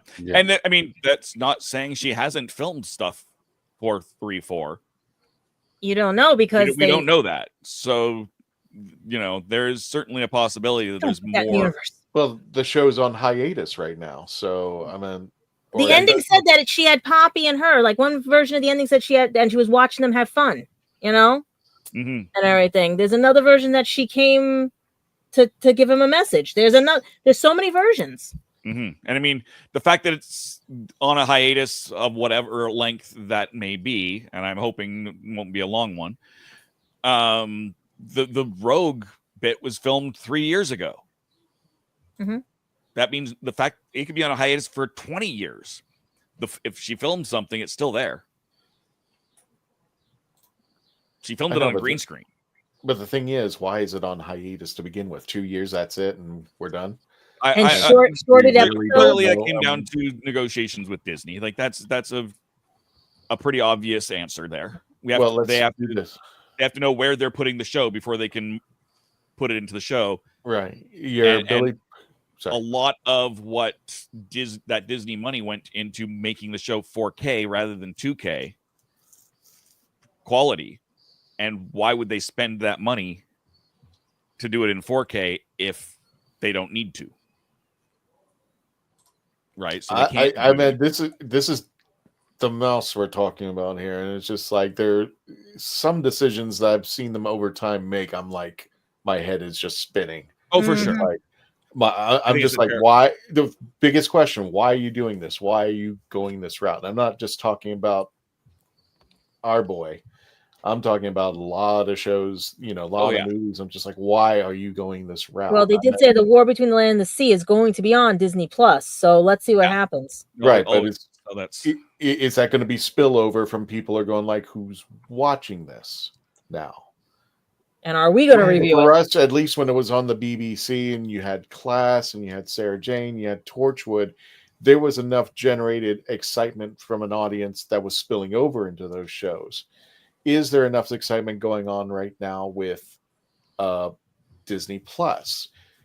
And I do question it a lot, because here's the thing. I meant the yaysayers were saying that Disney Plus had come out and said that Doctor Who was the 5th most watched show on their service.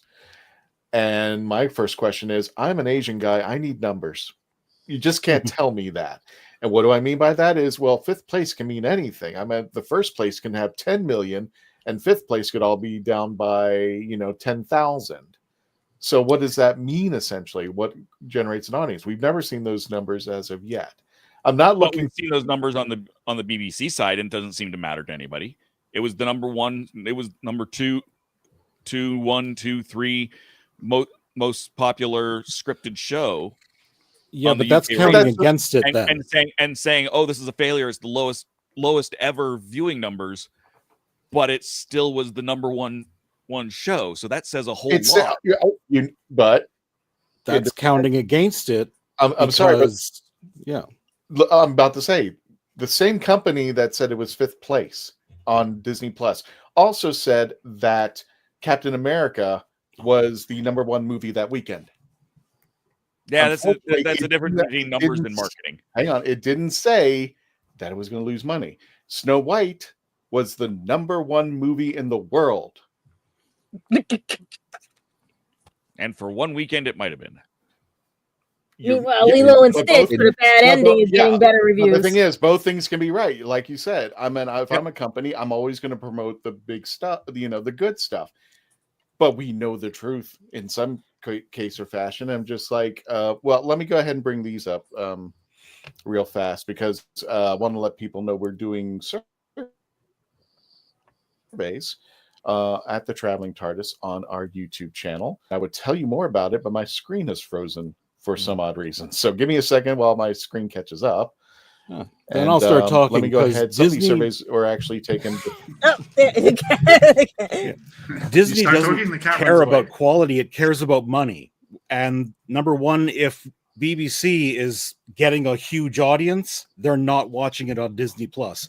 Number two, Disney has already been telling its major creators that streaming is dead. It's a money pit. They don't want to be running a streaming service. The only reason they keep going with it is because the way Disney has thought for about the last decade, one of their core driving values is, as long as they're watching our stuff, they're not watching somebody else's. Well, and that is what they're driving for. Now That's they have why Disney Plus. I can understand that in some relevance, but I'm like, what was it? At one point, 15 movies in a row lost money. 15. I mean, if I did something wrong 15 times at any job, I would be, if I wasn't reprimanded by the end of the day, I would think there's something wrong with my company. Well, and one of the first things you have to understand there is that almost all movies lose money right out of the gate. It's not until you hit about year 5 that they break even. That's doubly true for something like Disney, where they're including their marketing in that budget, and because it helps them weasel out. I mean, that's the creative accounting that Paramount has used to claim that most of its library has never made a profit. Right, but I bet that's the thing about streaming. That actually goes to the corporations, where they can pick up from streaming. Whereas, it was opening night at the theaters and that was it. And there was nothing else beyond that. That'd be one thing. And the streaming, now they put on the streaming service and it kind of trickles in. You got that person who's wandering around going, well, let's try that movie for a change, and get a couple hundred of those people doing. Problem is they're paying a monthly fee rather than actually paying for the movie. So right, but the more they watch, the more it costs you. Speaking of which, let me go ahead and put our polls out. This is one of our polls, 15 votes. How do you think the last episode of the season will play out? It will deliver 27%. People were half and half. It was going to deliver some and disappoint others, and then it was going to disappoint was 20%. So people were saying about accurate. Yeah, just about accurate out there. Were you satisfied with the way the Doctor Who Reality War ended? Let me take the banner out for a second so people can see It just the shows bottom. how many votes. That's right. Were you satisfied with the way it ended? They were down in the middle. It was like I was not satisfied, 37%, which won, or I was so confused, which now makes it 71% total, where it was shaky, and about 14% they were very satisfied, and 14% didn't see it yet. So, and that's just why I've gone for number 5, straight down the middle. and well, there is no in the middle of that poll. Poll will not let me do more than 4, so that sucks. Speaking of confused, oh, sorry, finish. Sorry. No, you're fine. I'll make it real fast. How long should we wait? This one I wanted to ask everybody. How long should we wait to post spoilers on our podcast? I mean, the moment everything released. I remember back when the BBC would say, wait a week. People would say, just wait a week, or, don't tell anybody. And remember when Captain Jack spilled the beans that he was back on the episode and everybody went completely ape on Twitter because he was back in the Jodie Whittaker episode that I can't think off the top of my head. So today, the one with wasn't the prisoner or the fugitive doctor? Yeah, it was the fugitive doctor. No. She was a fugitive. I don't think it had the fugitive doctor. No, I think it was when he thought that Graham was the doctor. That's when he pulled him up, and I think that's when they were the fugitive doctor. It was that episode. Well, how long should we wait for posts on spoilers on our podcast and our social media? For almost majority said you should be able to post the moment it's revealed on TV. Now, that is a being far said, cry. that right now is still 12 hours. Right? Between when we were seeing it and when it aired on TV is a very big difference. The moment that we saw Billy Piper show up in that regeneration scene, the moment, because I was watching my phone, is the moment I got a notification from the Doctor Who YouTube channel with that regeneration scene. So they did not wait. They were like, okay, now everybody knows. And I definitely don't agree with that. I think the 24 hours is a perfectly reasonable amount, because by that point, anyone who's who's upset by spoilers will probably have already seen it. That's why I couldn't understand the other ones that would say they would come on 4 hours later, 5 hours later. I'm like, what? And the final throwaway. Everybody saw it on Disney Plus, a majority. Some people, 9%, saw it in theaters, and they hadn't decided at the time when that poll came out. So that's basically about it. Speaking of numbers, I'm shocked. Thank you, everybody. Here we go. No, that's the wrong one. Wait a minute, that's the wrong one. That's the wrong one. That's the old one. That is old. Get rid of that one, because it went from 3 p.m. yesterday to now to have that number. And I was shocked. There's more? There's more. Yeah, actually, there's more. In a couple of hours, it jumped. It jumped literally. After tonight it episode. Is. I think we killed it. This is in real time. It's 62,528. So we're nudging up. We're commendable. Thank you. Hey, 100,000. I get to go see them. I don't have anything to do with it, I think. So, but yeah, let's get back. About pick lottery numbers. That would be nice. Go on, Zion had a Zion, comment. go ahead. You have a better chance winning the lottery than getting the season back on track. Yeah, I'm a bit confused about this Time Lord sterile thing, because the way that I remember it, it goes back to the key to time where Romana met the Doctor and they talked about the academy, and the way how I always understood it was that you go to the academy, you pass the academy, you are granted your 12 regenerations, and now you are a Time Lord, right? Based off that alone, you have a separate population that is all Gallifreyans.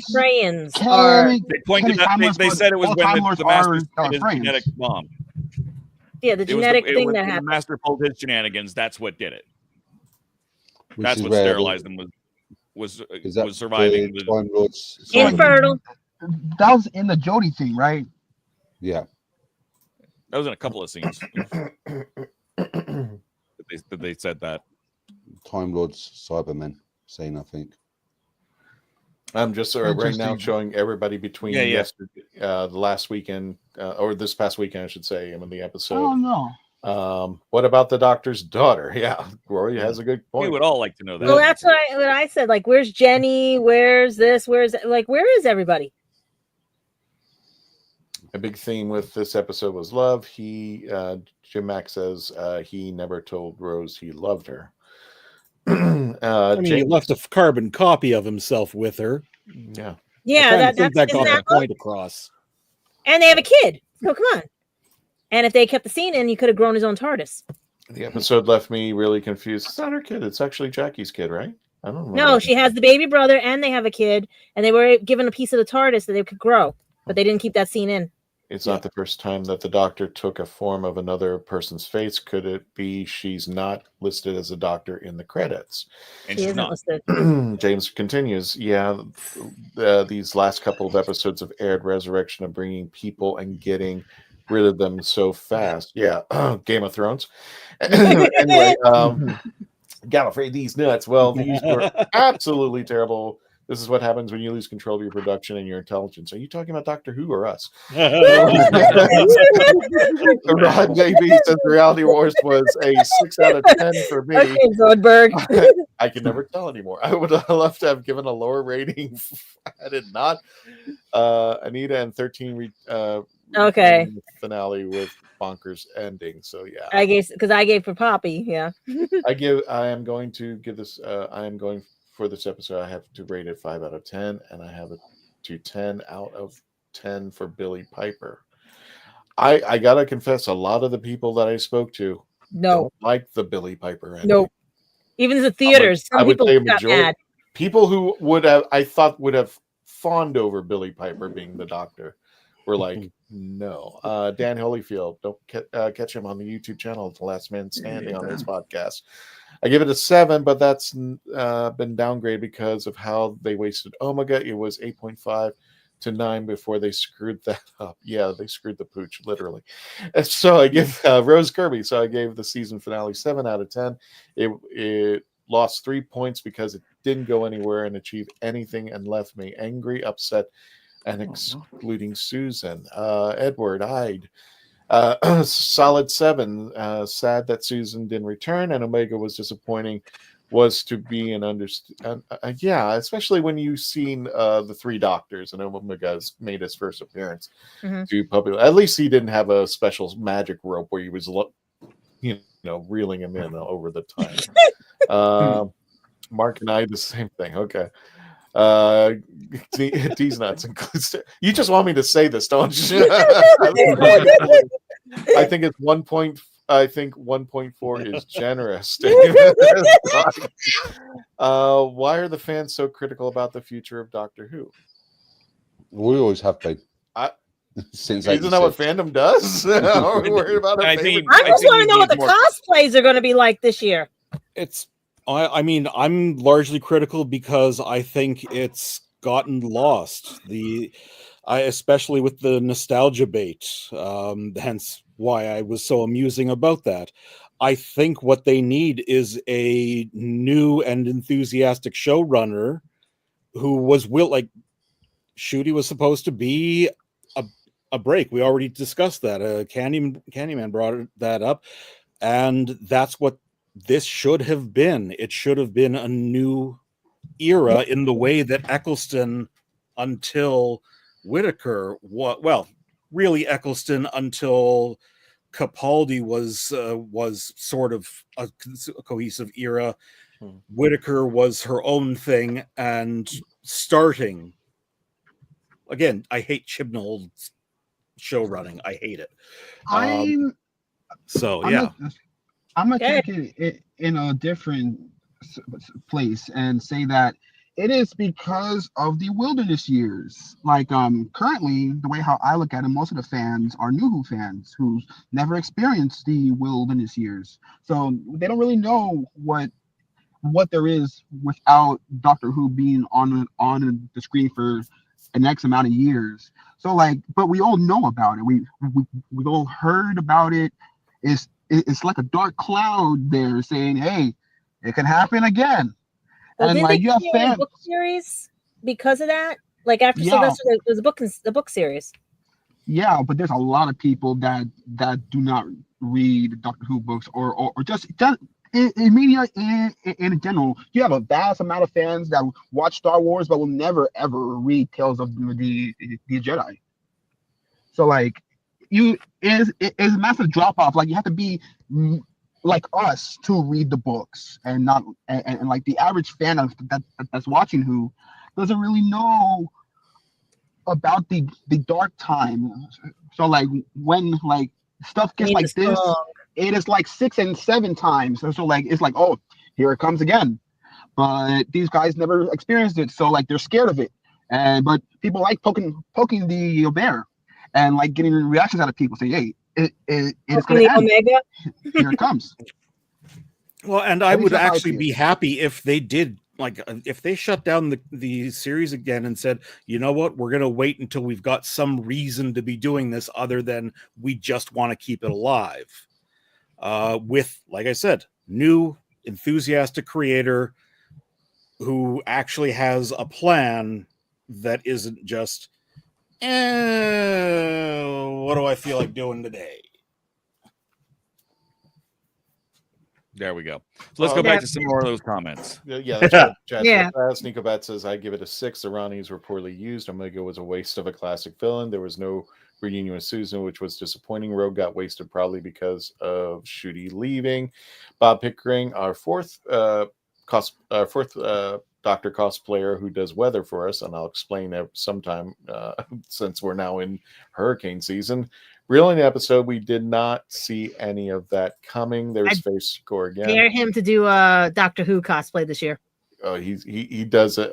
If you guys have seen his stuff in the past, he's I don't want to say he's a meteorologist. He works with department. I keep getting it wrong, but he does the weather for us in the fourth Doctor cosplay. So I hope he comes back on. Raj, I wanted to ask the Candyman, what was the reaction in the movie theater when he was in the UK when Billy Piper was revealed to be the 16th Doctor? I wasn't at the cinema. I was in the pub. It's all on Instagram and everything. Some people are like, "What?" Dalek lives matter. He was right. The Daleks are right. And I do want to say I am grateful for finally having a season end without the Daleks or the Cybermen. There was a Dalek. Oh, right. Doesn't count. Never mind. There was a Dalek. I'm just tired of them always being the end of seasons. Exactly. What I get what you're saying. Why has Doctor Who never had a cross with the Star Trek? Comic. Star Trek has had. It has in comics. It has a Oh yeah, and that gets brought up a bunch of times. The comic is called Assimilation Squared. I don't know if we have time. We might address this in the next episode. How would any of you reboot Doctor Who if you put it on track? And I gave my answer to that. That's a already. really good question. Yeah, it's worth a whole. It's worth a. That's a whole episode. Who would have the Doctor that you all would like to? You know what? I think we should have an episode just on the goof. We might end of the month where we discuss a companion becoming the Doctor. Yes. Just off the cuff. But let's go ahead and continue. Let me go ahead and run these down real fast. Hi again. Hi again. Rose is back. I think introducing Billy Piper was at the end of credits, so she was not the Doctor, but John Hurt, Jodie Whittaker were the Doctor. Every new Doctor before now has been introduced as the Doctor. The Doctor. I do think the season finale was all over the place, but I can't forgive him for excluding Susan the season finale. I'm 100% behind you. Billy Cummington fans are critical about because they love it. It's been that way for the 1970s and 80s, but with the internet, it shares opinions rapidly and easily. And I got to even express, I was around during the wilderness years. That was a hard time, to tell you the truth. Just writing this and say these stuff. I hate you. I give it a 7 out of 10. Valor says there's only been like 30 episodes since COVID. That doesn't help. does anyone have an opinion about the Sea Devil series? Real That's fast. another episode. Yeah. Yeah.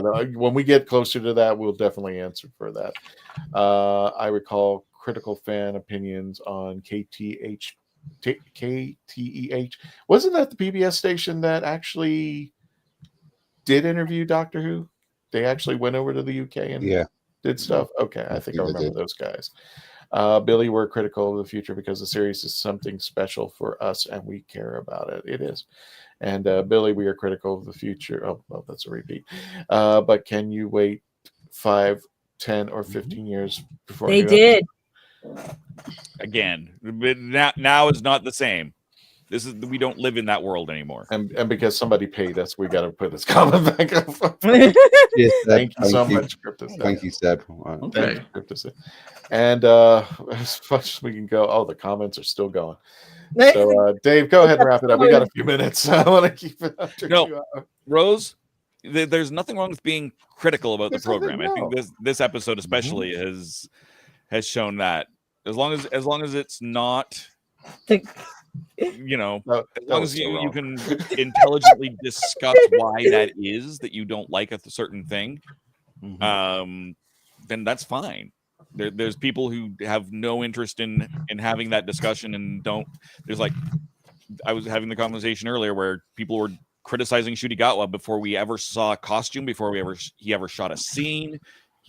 They just hated him right off the bat. That is not cool. That's stupid. No. Whereas there's having intelligent conversations and criticism is perfectly valid. But I'm not defending it either. That every doctor has suffered that. Matt Smith, too young, Peter Capaldi too old, Jodie Whittaker is a woman. I mean, everybody who has gotten the new David Tennant too soon. Because they lost Christopher Eccleston. We just got Eccleston. Now we got this guy. So it usually takes a while. Everybody, does their fuming. If you ever seen that rotation where it's the regeneration cycle, I hate them. Okay, maybe I'll watch a few episodes. I really like them. I miss them, and then it starts all over again. So So no problem. You're welcome. Speaking Billy. of a cycle, you're very welcome, Billy. That's what we're here for. Zion, where can we find you? You can find me on YouTube, Porygon to Pokedex, catching every Pokemon out there and then some. There we go. And where can we find you, Gadget? Everywhere and anywhere. Like I said, I'll be at the B&H Build Expo at the Javits Center, 17th and 18th. It's for all content creators, podcasters, and they say they got cool stuff. I'm in the running for a Nikon camera, so keep fingers crossed on that. I want to win that thing so bad. Also, you can pick up my books at lulu.com. The D&D book is for anyone that just wants to learn to play or has learning disabilities or anything. This is perfect for you if you're just starting out and everything. And this, if you want to find out my adventures in the UK with an ex-boyfriend, or, well, I gave away the plot on that, but you can see what happened and led up to it and everything. Or you can see what happened at the Doctor Who exhibit that's in here under another name and things. It was a really cool trip, but yeah, you can catch on when you first read it. You can also see it on Google Reads, the first 80 pages if you really are interested in it, but lulu.com has it. And I'll be at Bronx Comic Con August 2nd and New York and Anime NYC on 21st through the 24th of August. And tomorrow, keep fingers crossed, I get a 4-day pass to New York Comic Con because they just denied me the press pass. So fingers crossed. And Grisbane Adams. I haven't updated it in so long, there's no point, but I'm going to cede my time to time scales in the comments, because there's just the last two comments here are super cool. The KTEH interviews were done at KTEH Studios in San Jose, California, and that is when I met Patrick Troughton. My parents were running the telethon during the interviews. Wow. And then explaining for the youngins, telethons were telephone panel call-in pledge drives to buy more episodes of Doctor Who, and between episodes, the cosplayers were the original Whovians. Good times. That is just super cool. So I wanted to read those out to you. Thank you. Yeah, no, that's Candyman. Where can we find you? Well, you can find me here at the Legend of the Traveling TARDIS, of course. You're right here. I'm right here. This is here. I'm here. I'm surrounded by candy. You can also find me. Tell us your mailing address and the weakest points in your house. What's your address, Christian? Yeah, I showed it once. Dave knows about it. I have it somewhere buried in paperwork. There you go. And you can also find me at Spielberg Geek Tea, where we interviewed the lovely Nick Smith on that side of me. Who, me? Yeah. Yeah, you can find me right there. Spill the Geek Tea. I might pop up there. I'm also going to be in Indianapolis for PopCon Indy at the end of the month with my books. So these are brand new books that have come out, all about cats, cat mystery stories. But for the Whovians, Charlie would love to read those. there's one or two Doctor Who references, just little homages. So you can play Spot the Homage, and you can read Milk Treading, and tell me what you think. And it's Gold Cap, yeah? Oh, Yeah. there's cats. And as for me, you can find me, of course, here on The Legend of the Traveling TARDIS and on Spill the Geek Tea. And I just want to point out, I've got a box here with my address crossed out. Shut up. Oh. Shut. So I'll be opening that sometime next week, either after the Traveling TARDIS or possibly the next day. I haven't quite set that. It'll depend I on. still got 2 more boxes to things. unbox on mine over there, plus other boxes that have been hiding behind this thing. I'll be doing that on my channel, The TheRatHole.CA, on YouTube. That's The TheRatHole.CA. As well on Thursday coming up on my new channel, Happiness Patrol Cannot will wait for that debut. There's the YouTube channel there. Oh boy. At No, Happiness no, Patrol no, Show, no. That's perfect. where we do not talk about Billy Piper. You're out of here. It'll be a very different episode than what you've got here. So please tune in on. You can go to the channel right now. The episode is there. Hey, get You to can me hit about the this. bell to be reminded when it drops, but it'll drop at 6 p.m. Mountain Time. That's 8 p.m. Eastern Time. And you can watch it there on Happiness Patrol Show. Other than that, like I said, you can find me on the TheRatHole.CA, TheRatHole.CA on the web, and Happiness Patrol. one or the other of those two things on most social media. Kristen, where can we find the Traveling TARDIS? Well, I put up my. First of all, I just want to. We have a picture of the Third Doctor reviewing our episode tonight. I think everybody needed a drink with this episode. Yeah. Yes, sir.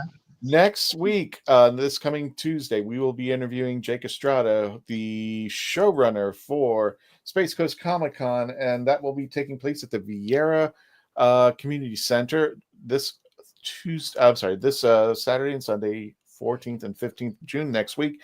Next Tuesday, we'll be interviewing the team over there, and you'll be seeing this is a safe space for everybody. If you have a geekdom out there, most likely they've got it somewhere in that convention. And it's a fun time. It's a safe space. It's a nice play to talk. It's not a big convention. It's just a nice little convention that people can come to, geek out, have a great time, and just enjoy things. So definitely check it out next Tuesday. We'll have Jake Estrada and the team on the show, as well as go ahead and get your tickets now at spacecoastcomiccon.com. And also in September 12th through the 14th, the World Golf Village Renaissance Resort in St. Augustine, Ancient City Con will be joined with the Dalek Builders of Florida. If you love Daleks, you'll definitely want to come out there and see them, and we'll be there as well. So make sure you get your tickets now, ancientcity.com, con.com, September 12th through the 14th in St. Augustine. And with that, don't forget, if you want your sauce, people, this is it. Summer's coming out there, and all you need to do is email my good friend Billy of kitchenkillers@gmail.com. And if you mention TARDIS code on the subject line, 10% off of your purchase. But then again, let me make my boy hungry over there, Mark, because he wants some ranch sauce. We gotta talk to him about making it without anchovies. Talking about ranch sauce, UK have just a major mayonnaise company in the UK have just released their own version of ranch sauce. Unfair. Tell me you have it. Unfair. Yeah, he's working. Well, Billy's working on his version. And without further ado, folks, don't forget to say goodnight to our good friend Simon, who's passed away recently. but he still will and be part of the show as far as we're concerned. Don't forget to say goodnight to Simon on the way out, and please check us out next week live, and please continue to become part of the legend. 62,500 of you and growing. Can't wait to be there for the 100,000. At least 70,000 before these conventions, guys. You know what? I will release this. This is kind of internal stuff, but we for some reason Social Blade's not working. So there's a thing called IIDQV or something like that. And on my birthday, which is August 20th, it projects that we're going to hit 75,000. So that's a nice little birthday present. Oh, wow. Let's make that happen, people. Let's make Please, that happen. people. Like, I told you 100,000. I get to see them in Florida. All right. Well, for the first time ever, let's say goodnight, Rose. Oh, no! Good night, Simon. There's my love. Nice. Good night, Simon. Good night, Simon. There's my love. Until the next adventure, Tony, take Look us at out. Dave. Wait a minute. Are you kidding? It froze?